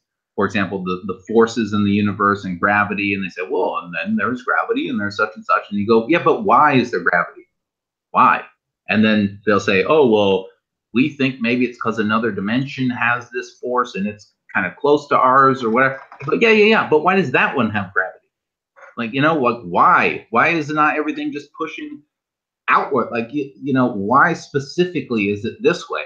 And there's just really no answers to why. It's always Right. how. Now, the one thing I agree with, like what Sam Harris, for example, will say, is that science is the process of finding out the answers to those questions. And the fact that there's things we don't understand is not a justification for ascribing to a fiction. And I find that statement hard to disagree with. And that's why I tend to fall back, as far as religion goes, on, you know, Reza Aslan's statements that it's not a matter of believing in a fiction. That's not the point. The point is the value that people find in believing in something greater than themselves. And so I find myself, like, whenever I hear these guys talk, I'm like, I agree with the point Sam Harris is making. I agree with the point Reza is making. And I'm not quite sure why those viewpoints can't be compatible with each other, because it seems like there should be some sort of compatibility there.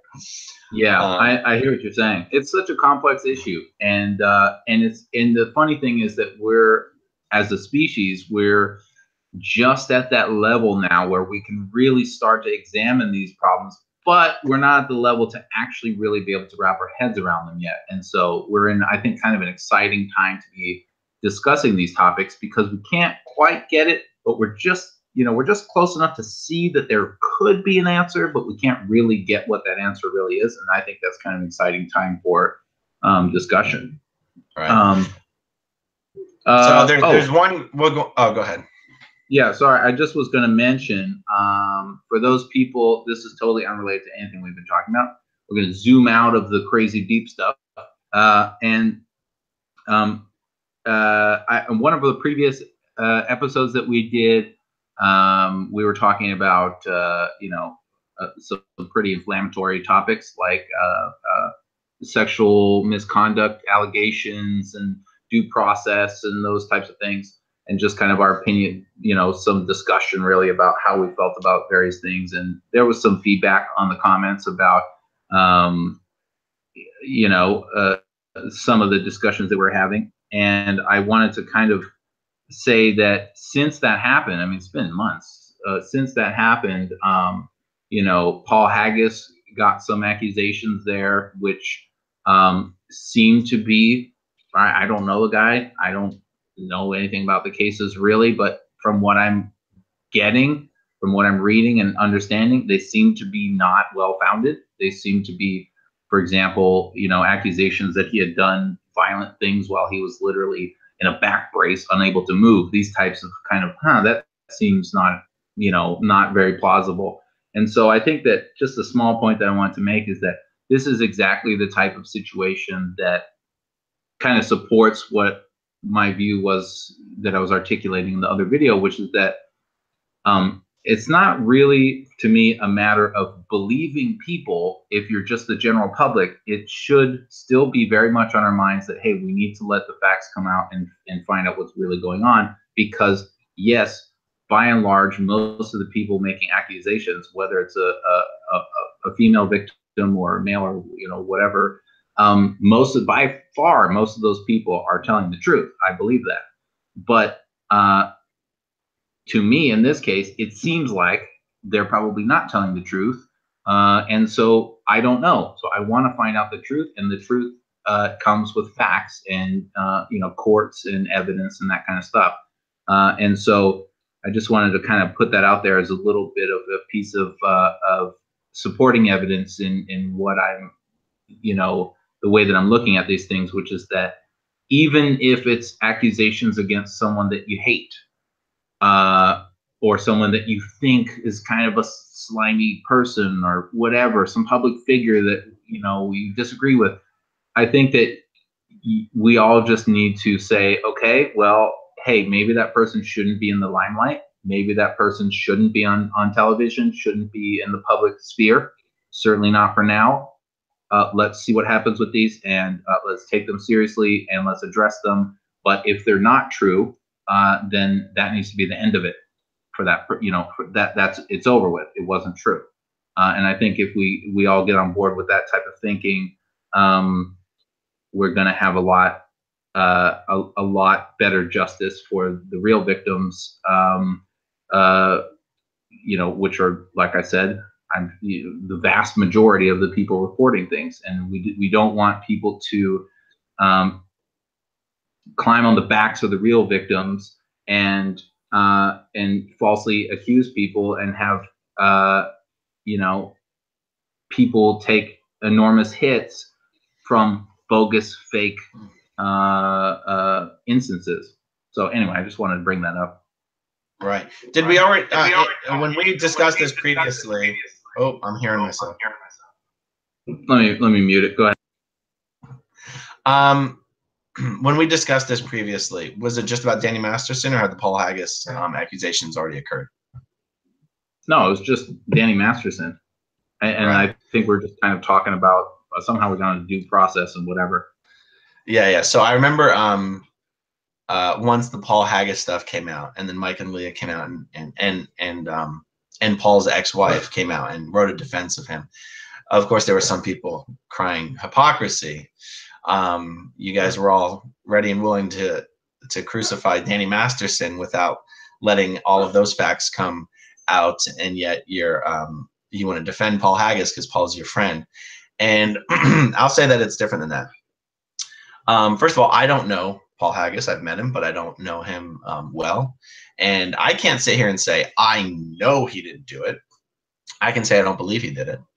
And of course, a lot of that does come with familiarity and friendship.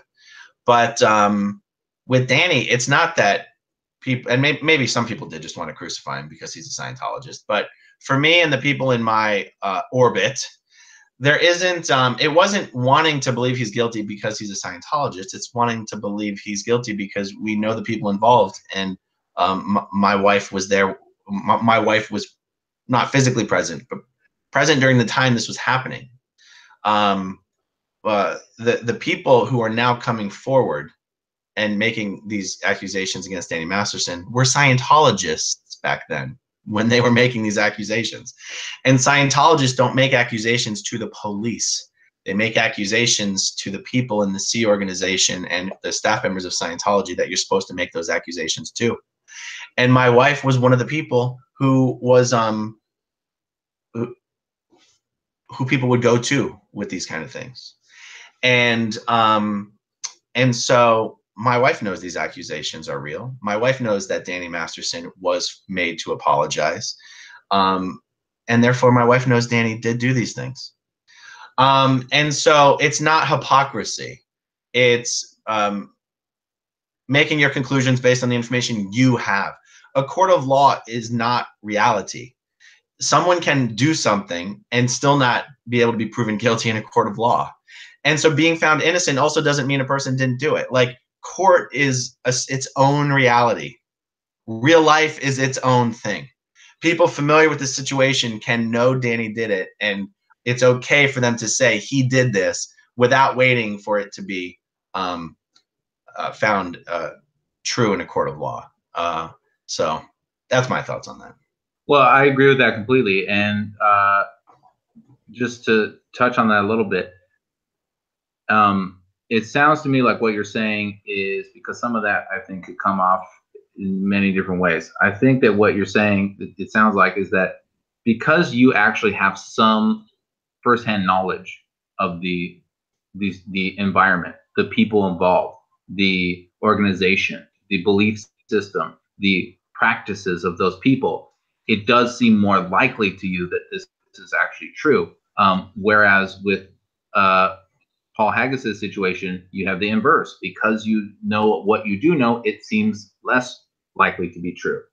Whereas, I admit that it does seem kind of convenient if you're a total outsider looking into this. Like, well, the Scientologist, everybody's saying that looks more likely for him, and the non-Scientologist, everyone's saying it does.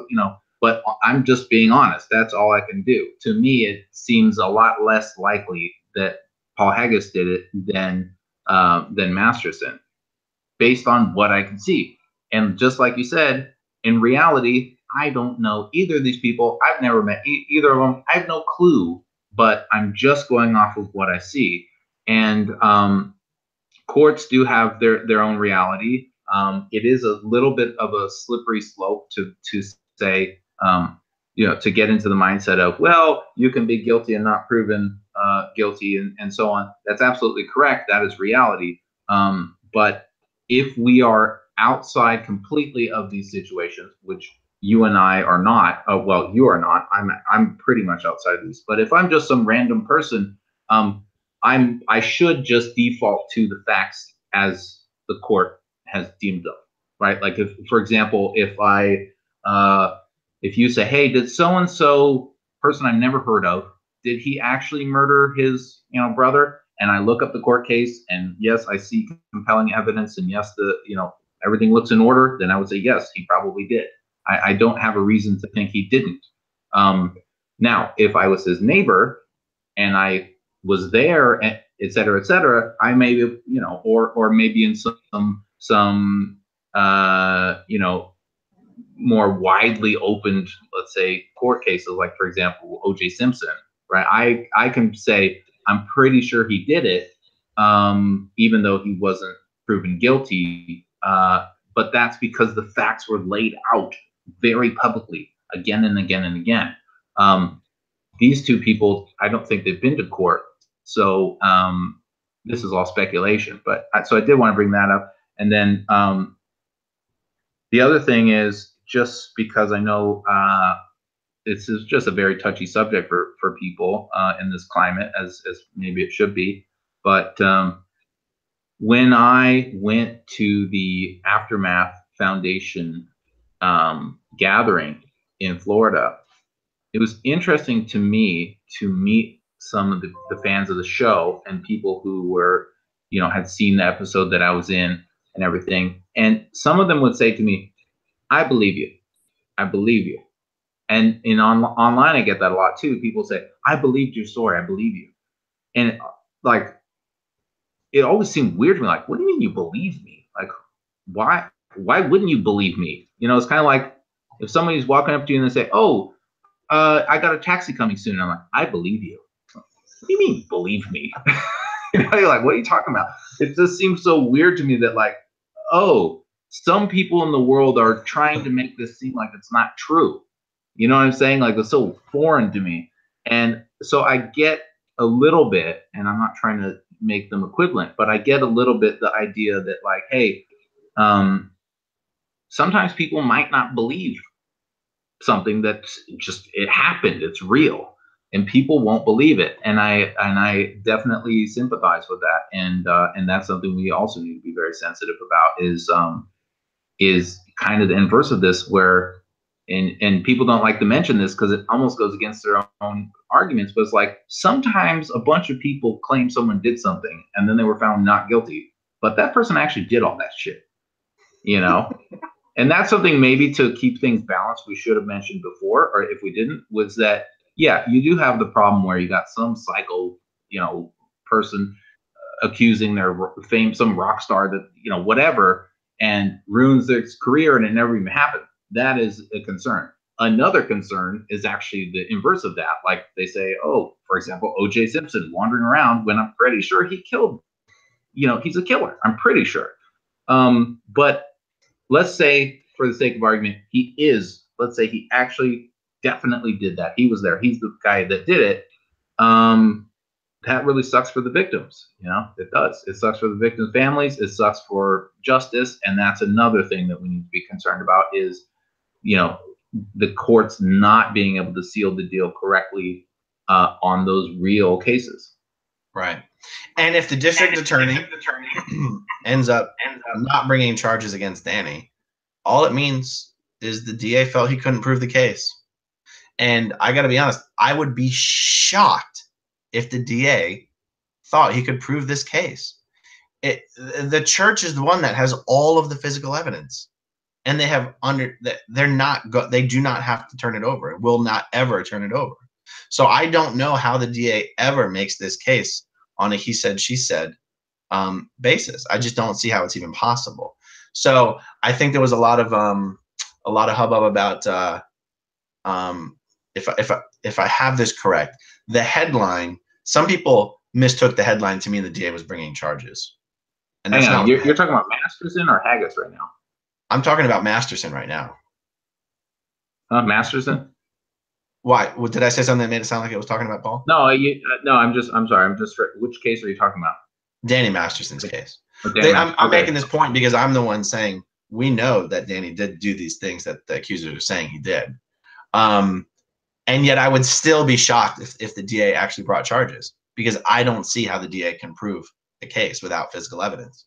And the church has all the physical evidence. So my point there is, even if the DA decides not to bring charges, that doesn't mean Danny didn't do it. Yeah. This goes even to a whole deeper, worse reality, which is something actually I think Joe Rogan was talking about on his podcast a little while back, which is that, the sick reality of this world is, if you are two people in the woods by yourself and one rapes the other and that's it, and you don't see each other for 10 years, what are you going to do? How are you going to prove anything? It's just, that's it. There's no way to prove anything. And just because you can't prove it, it's like it never happened. It's like it happened with YouTube. It's not like it ever happened to with anyone else. And that's a really a problem. That's one of the endless problems that we have as a society. But that's another thing that we need to deal with probably a bit in the future, when we have more recording devices embedded in our eyeballs and whatever. Yeah, exactly. I'm pretty sure is coming. But it's kind of like we know that there's these problems that will be solved, but we can't solve them yet, and so we just have to keep suffering as a species through these things. It's kind of like it's like living. To me, it almost feels like how I remember thinking about AIDS, like in the 80s and 90s. It's like, there's this thing, we know we're gonna cure it. We know we're gonna eventually, it's not gonna exist anymore. We know that, but we're not there now. So people are just gonna keep dying. It's just this crazy system. It's this crazy system of brutality that we live in as a species, that we slowly push through. And it just really sucks to see all that suffering. And there's people that all around the world, horrible things are happening to them all the time, and they're not getting any justice at all. No one cares, in some of these places. And in some places, people do care, and they just don't believe them, which is another travesty. And it just, there's this whole spectrum of crazy injustice. And I know that that's part of the fuel for a lot of these people's passion about this subject. And me personally, I always talk about stuff. I'm not trying to offend people, but people get offended. These are really sticky subjects, and even if you cover all of your bases of every single sort of caveat, and I'm not saying this, but I do, still somebody's going to be annoyed by what you say, and that in itself is yet another problem.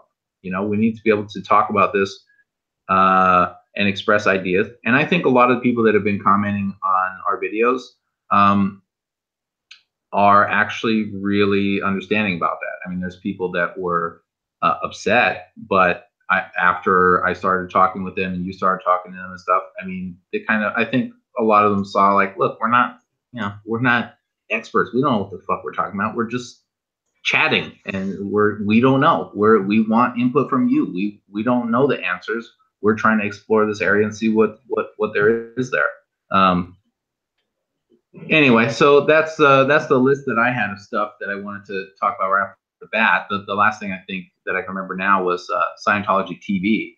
So obviously, for everybody out there that doesn't know, Scientology TV is on. We're saving the planet. 5,000 users at a time. There's it's almost, to be honest with you, it's like I have the same feeling that I get when I cannot find my phone, no matter how many times. I'm like, freaking, where is my phone? And then it's like in my pocket. Right? I have that same feeling when I see on the Google Play Store that the Scientology TV app has like 5,000 downloads.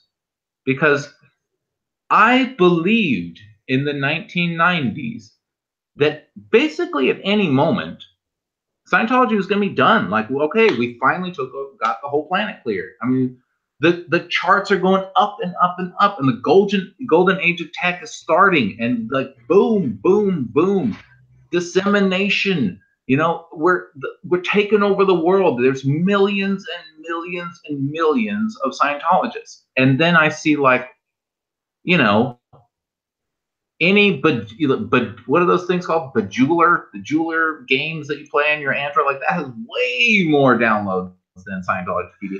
And of course it does, because there's not really any Scientologists left in the world. But so, you know Nathan, what I'm saying? let me ask Like, you a question. I still kind of feel like, how did I believe that?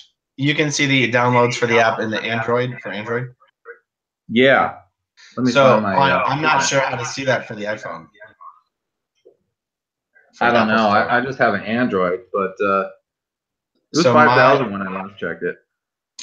This thing has 594 ratings, which is weird though, because I've seen people post screenshots with over 900 5-star reviews, whereas when I look at it in the store, it says 594 reviews. I don't know what the difference is. Someone speculated that maybe they reset all of their reviews because it was getting too many 1-stars. But I don't know how in the Apple Store to see how many downloads the app has. And you know that the Scientologists are being told to give this 5-star reviews. And even when you combine the 5-star and the 1-star, there's still less than 600 reviews. And that's, you know what I mean, though? It's like, it's just, in a way, a tiny little, you know, microbial part of me just really wish that, like, there really was a million? 100 million downloads. What? I've been wrong this whole time. Oh, fuck. You know, all the answers are there. Scientology was right.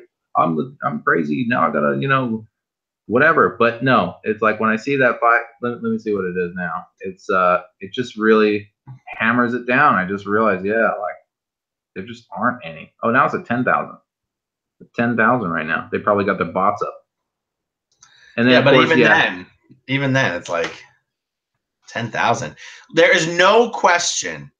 Every single active Scientologist is supposed to download this app. No question. Oh yeah. For people that weren't Scientologists, let me just like try to support that with a little bit more of like definitely they are telling every single Scientologist to download and install and use that app. All of them. At every event, they're probably doing little seminars with freaking projectors where they're showing you how to download it. I mean, they're anything that it takes. Nathan, it would be on the routing form. The routing form is a paper that gives you the series of steps to do to go and do anything in a Church of Scientology. So if someone's arriving to flag for auditing, it's going to be on the routing form for the receptionist to ask them, have you downloaded the Scientology TV app yet? No? Okay, I'll stand here while you do that. Yeah. You know, you remember how like when like the first iPad came out, or when like, you know, iPod or whatever, all those things came out, you always had that annoying friend who just won't shut up about it and is trying to show everybody, trying to get everyone on board with that, you know, getting one of those things. That's every Scientologist that's working in an org about anything new with Scientology. Whatever it is, oh, you got to get the basics. You got to buy the, you know, like they're like these crazy ad robots that just, you know, slide around the room trying to get you to do the next thing. And that is definitely what's going on with Scientology TV for sure. And when I see that it's 10,000 downloads, I just think, okay, well, how many of those people are non-Scientologists? How many people of those people are ex-Scientologists? Because there's a lot of people going, yeah, this app sucks, and those aren't Scientologists. And then how many of those are fake downloads and Scientologists who, yes, have multiple accounts, multiple phones, etc. So you're probably at, I don't know, let's just be nice and say 8,000. Let's say there's 8,000 people that have Android phones that in America that are Scientologists. 8,000, right? Apple, let's say more than that, probably, you know, maybe 15,000. Let's say double it, 16,000. That means there's like 20-something thousand Scientologists in America, which is crazy to me even today, because I know that people probably get tired of hearing this, but my entire life, I would have told you there's at least 500,000 Scientologists in LA. This is LA, Los Angeles, where I grew up. Oh, for sure, 500, about 500,000, because I mean, there's millions and millions of them, and most of them are in America. And LA's a big city. I mean, I would have done that math pretty quick. Yeah, there's about got to be 500,000. You know what I'm saying? And then when I see this, I'm like, that's pathetic. And then I see all the like sort of big posts about it on Twitter, Scientology TV, and they're going, "Oh, this next episode." And it's like one like, one retweet, like one, Yeah. you know, one. That's the other thing about this number of reviews in the Apple Store. Aside from the discrepancy between what I can see and the screenshot I saw previously of close to 1,000, the number isn't growing. All right, the number isn't growing. All right, hold on. The dogs. Let me let the dog in real quick. Hold on, he's crying at the door. I want to make sure nothing's wrong. Hold on. Goliath is super cute, everybody. Goliath? A really, really sweet dog. But Aaron's right. That's all fur. That's not a huge dog. That's a pretty small dog. Watch this, everybody. Come on. Who's here? Hey, Goliath. Oh, yeah, say his name. Goliath. Oh, look at Who's a big teddy bear? Oh, no. Who's a big boy? He's half Muppet. Everybody loves Goliath. I've actually never. Goliath was the star of the Aftermath Foundation party. Oh yeah, he everywhere he goes, he's like the mascot. He's the mascot of our local Home Depot. He's the mascot of the Cigar Cave up in Palm Harbor. He's the mascot for Clear Sky Cafe downtown. Wow. He's a Labradoodle. Okay. All right. No more crying. I don't know what the problem is. All right. So, what was the other thing? Oh, right. So, Scientology in the Aftermath renewed for a third season. That's cool. That's really cool. You know, I was actually getting a little nervous there, to be honest with you, because, you know, when I was there with you and Mike and everybody, you know, even there, it was kind of like still unknown. It wasn't, you know, they were being, you know, Mike was being very tight-lipped about it, you know, and that made me nervous. I thought, oh, shit. They're not going to do a third season. There's way more stories out there. I mean, I could literally go back on there again and just tell another segment of my life. You know what I'm saying? It's like there's so many stories out there. Obviously, they probably don't want the same people, but you know what I mean? There's tons of people out there. People have contacted me. There's enough people have contacted me about the show with their own stories that were tragic to literally do at least another season with just them. You know? Oh, yeah. So I was kind of panicking about that. I'm really happy that they got it renewed. Yeah. Um, and I'm really glad that they did. I'm really glad that they did, because I hope there's an opportunity on the season 3 show to also highlight the Aftermath Foundation, which, even though Leah's not a part of the board for just legal and professional reasons, you know, she is the biggest supporter of this foundation, and she is helping us promote the foundation. You know, Leah and Mike have spoken a lot in season 1 and season 2 that they're not. It's not enough just to talk, just to say words. They want to, you know, bring about action, and whether that action is going to be in a court of law, or whether that action is something like the Aftermath Foundation, where it's like, okay, if you can't litigate Scientology to death, you can help people leave. And that's what the Aftermath Foundation is for. And it's really, honestly, a continuation of what former Scientologists have already been doing for the last 10 or 20 years. There's always been an effort, or there's always been people out there who have helped people leave. And it's not like the Aftermath Foundation is going to reinvent that process. But the fact that we at least have a nonprofit organization where people can donate tax deductible, make tax deductible donations to, we hope makes it easier for people who do need help to ask for it, because they only have to ask for the help privately. They don't have to ask for the help publicly, which oftentimes is what people have had to do who do desperately need help. And so that's why a lot of people who need help end up not asking for it and not getting it. So I do have hopes that there will be a way to highlight the Aftermath Foundation on season 3, and it's probably the best way to get the foundation exposure and support. So I've got my fingers crossed on that. I definitely want to see stories of the kids who were assigned to the RPF as minors and spent years on the RPF before fully finishing it and being allowed in the Sea Org. We didn't hear those stories in season 1 or 2. And there's a lot of those stories to tell. Yeah, I know. There's so many stories. And the Aftermath Foundation, you know, I support it. I think it's a good idea. I think that it's pretty sad that we have to literally have a nonprofit organization to help people from the abuses of another nonprofit organization. It's disgusting. I mean, think about how ridiculous that is. You know, that's like if I had to make a nonprofit organization to help all the people who were abused while they were working for UNICEF. You know what I mean? It's like something is wrong with this picture. I don't understand. You know, more people should be talking about that fact. You know, it's like we literally have to have a support system for people that were abused in a nonprofit organization.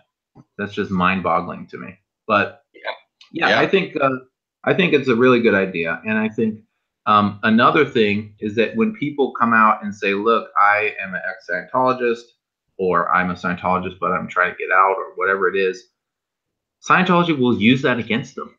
They'll say, oh, everything you're saying is a lie because now you're asking for money. See, you're just doing this for money. It's like, yeah, really, I'm doing it for the freaking $1,000 to help me, you know, move, or to help me build my life back up. Really, that's my big, you know.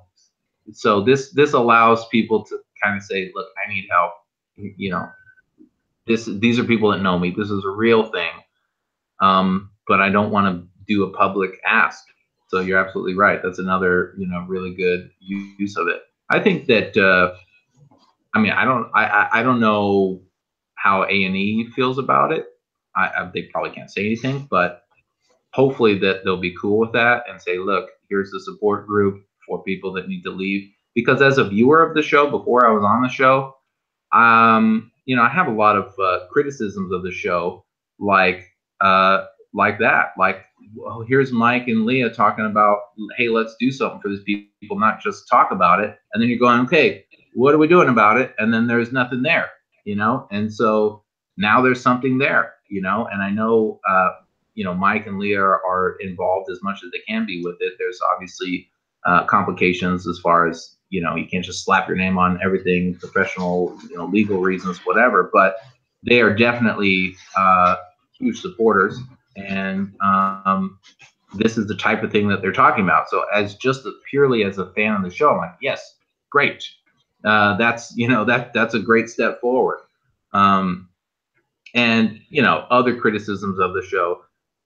Obviously, on the episode called The Ranches, there was a very handsome guy there, but he kind of looked like a fat ghost. Talking about myself. And he could have had so much more screen time. You know, there's a lot more story to tell. Oh, speaking of which, I took kind of a break from my book because it's just really overwhelming. The majority of it is written, and I have been in contact with an editor who's going to help me out there. I haven't signed anything yet, but I'm thinking about it now, and so hopefully I'll be pushing that out this year. So that's some good news for those people that don't know.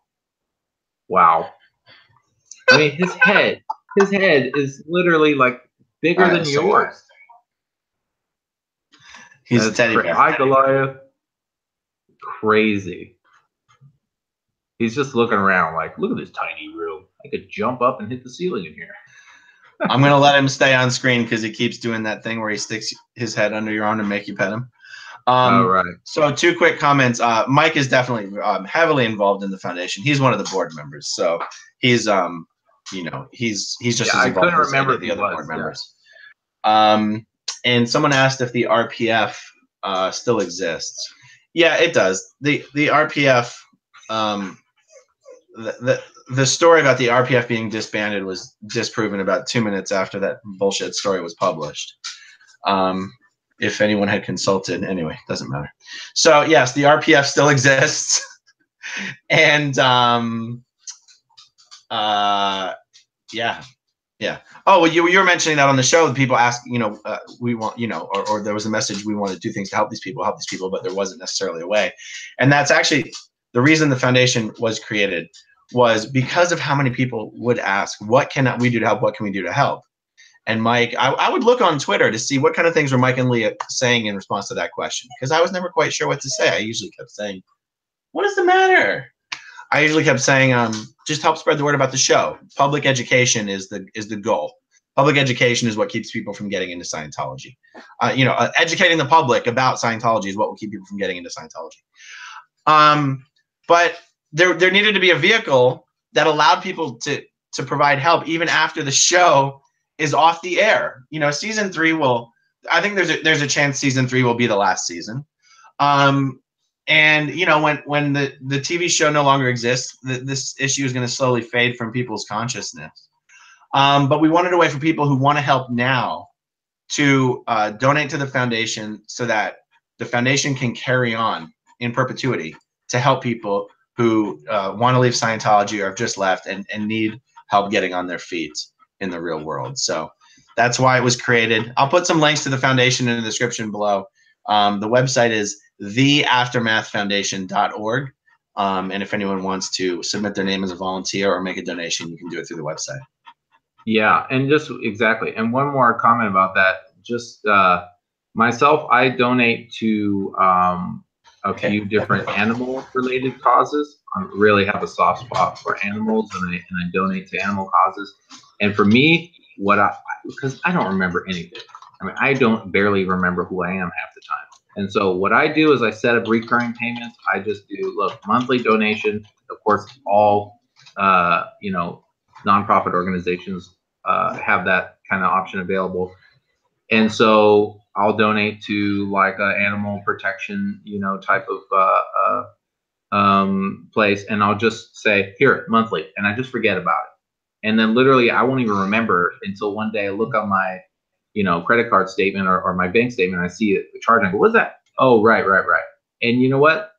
Right in that moment, I go, I did something good, you know, and it's actually a good feeling. So I'm not trying to turn this into some big advertisement, but I would suggest that people do recurring payments if the site allows it, because, you know, you're absolutely right. If the show's gone, if you forget about the cause, or if you're distracted for a few months, well, somebody out there is escaping Scientology and they haven't forgotten about it, you know, and they need help. So, I mean, shit, dude, if I had something like this when I was getting out of Scientology, my life could have been completely different.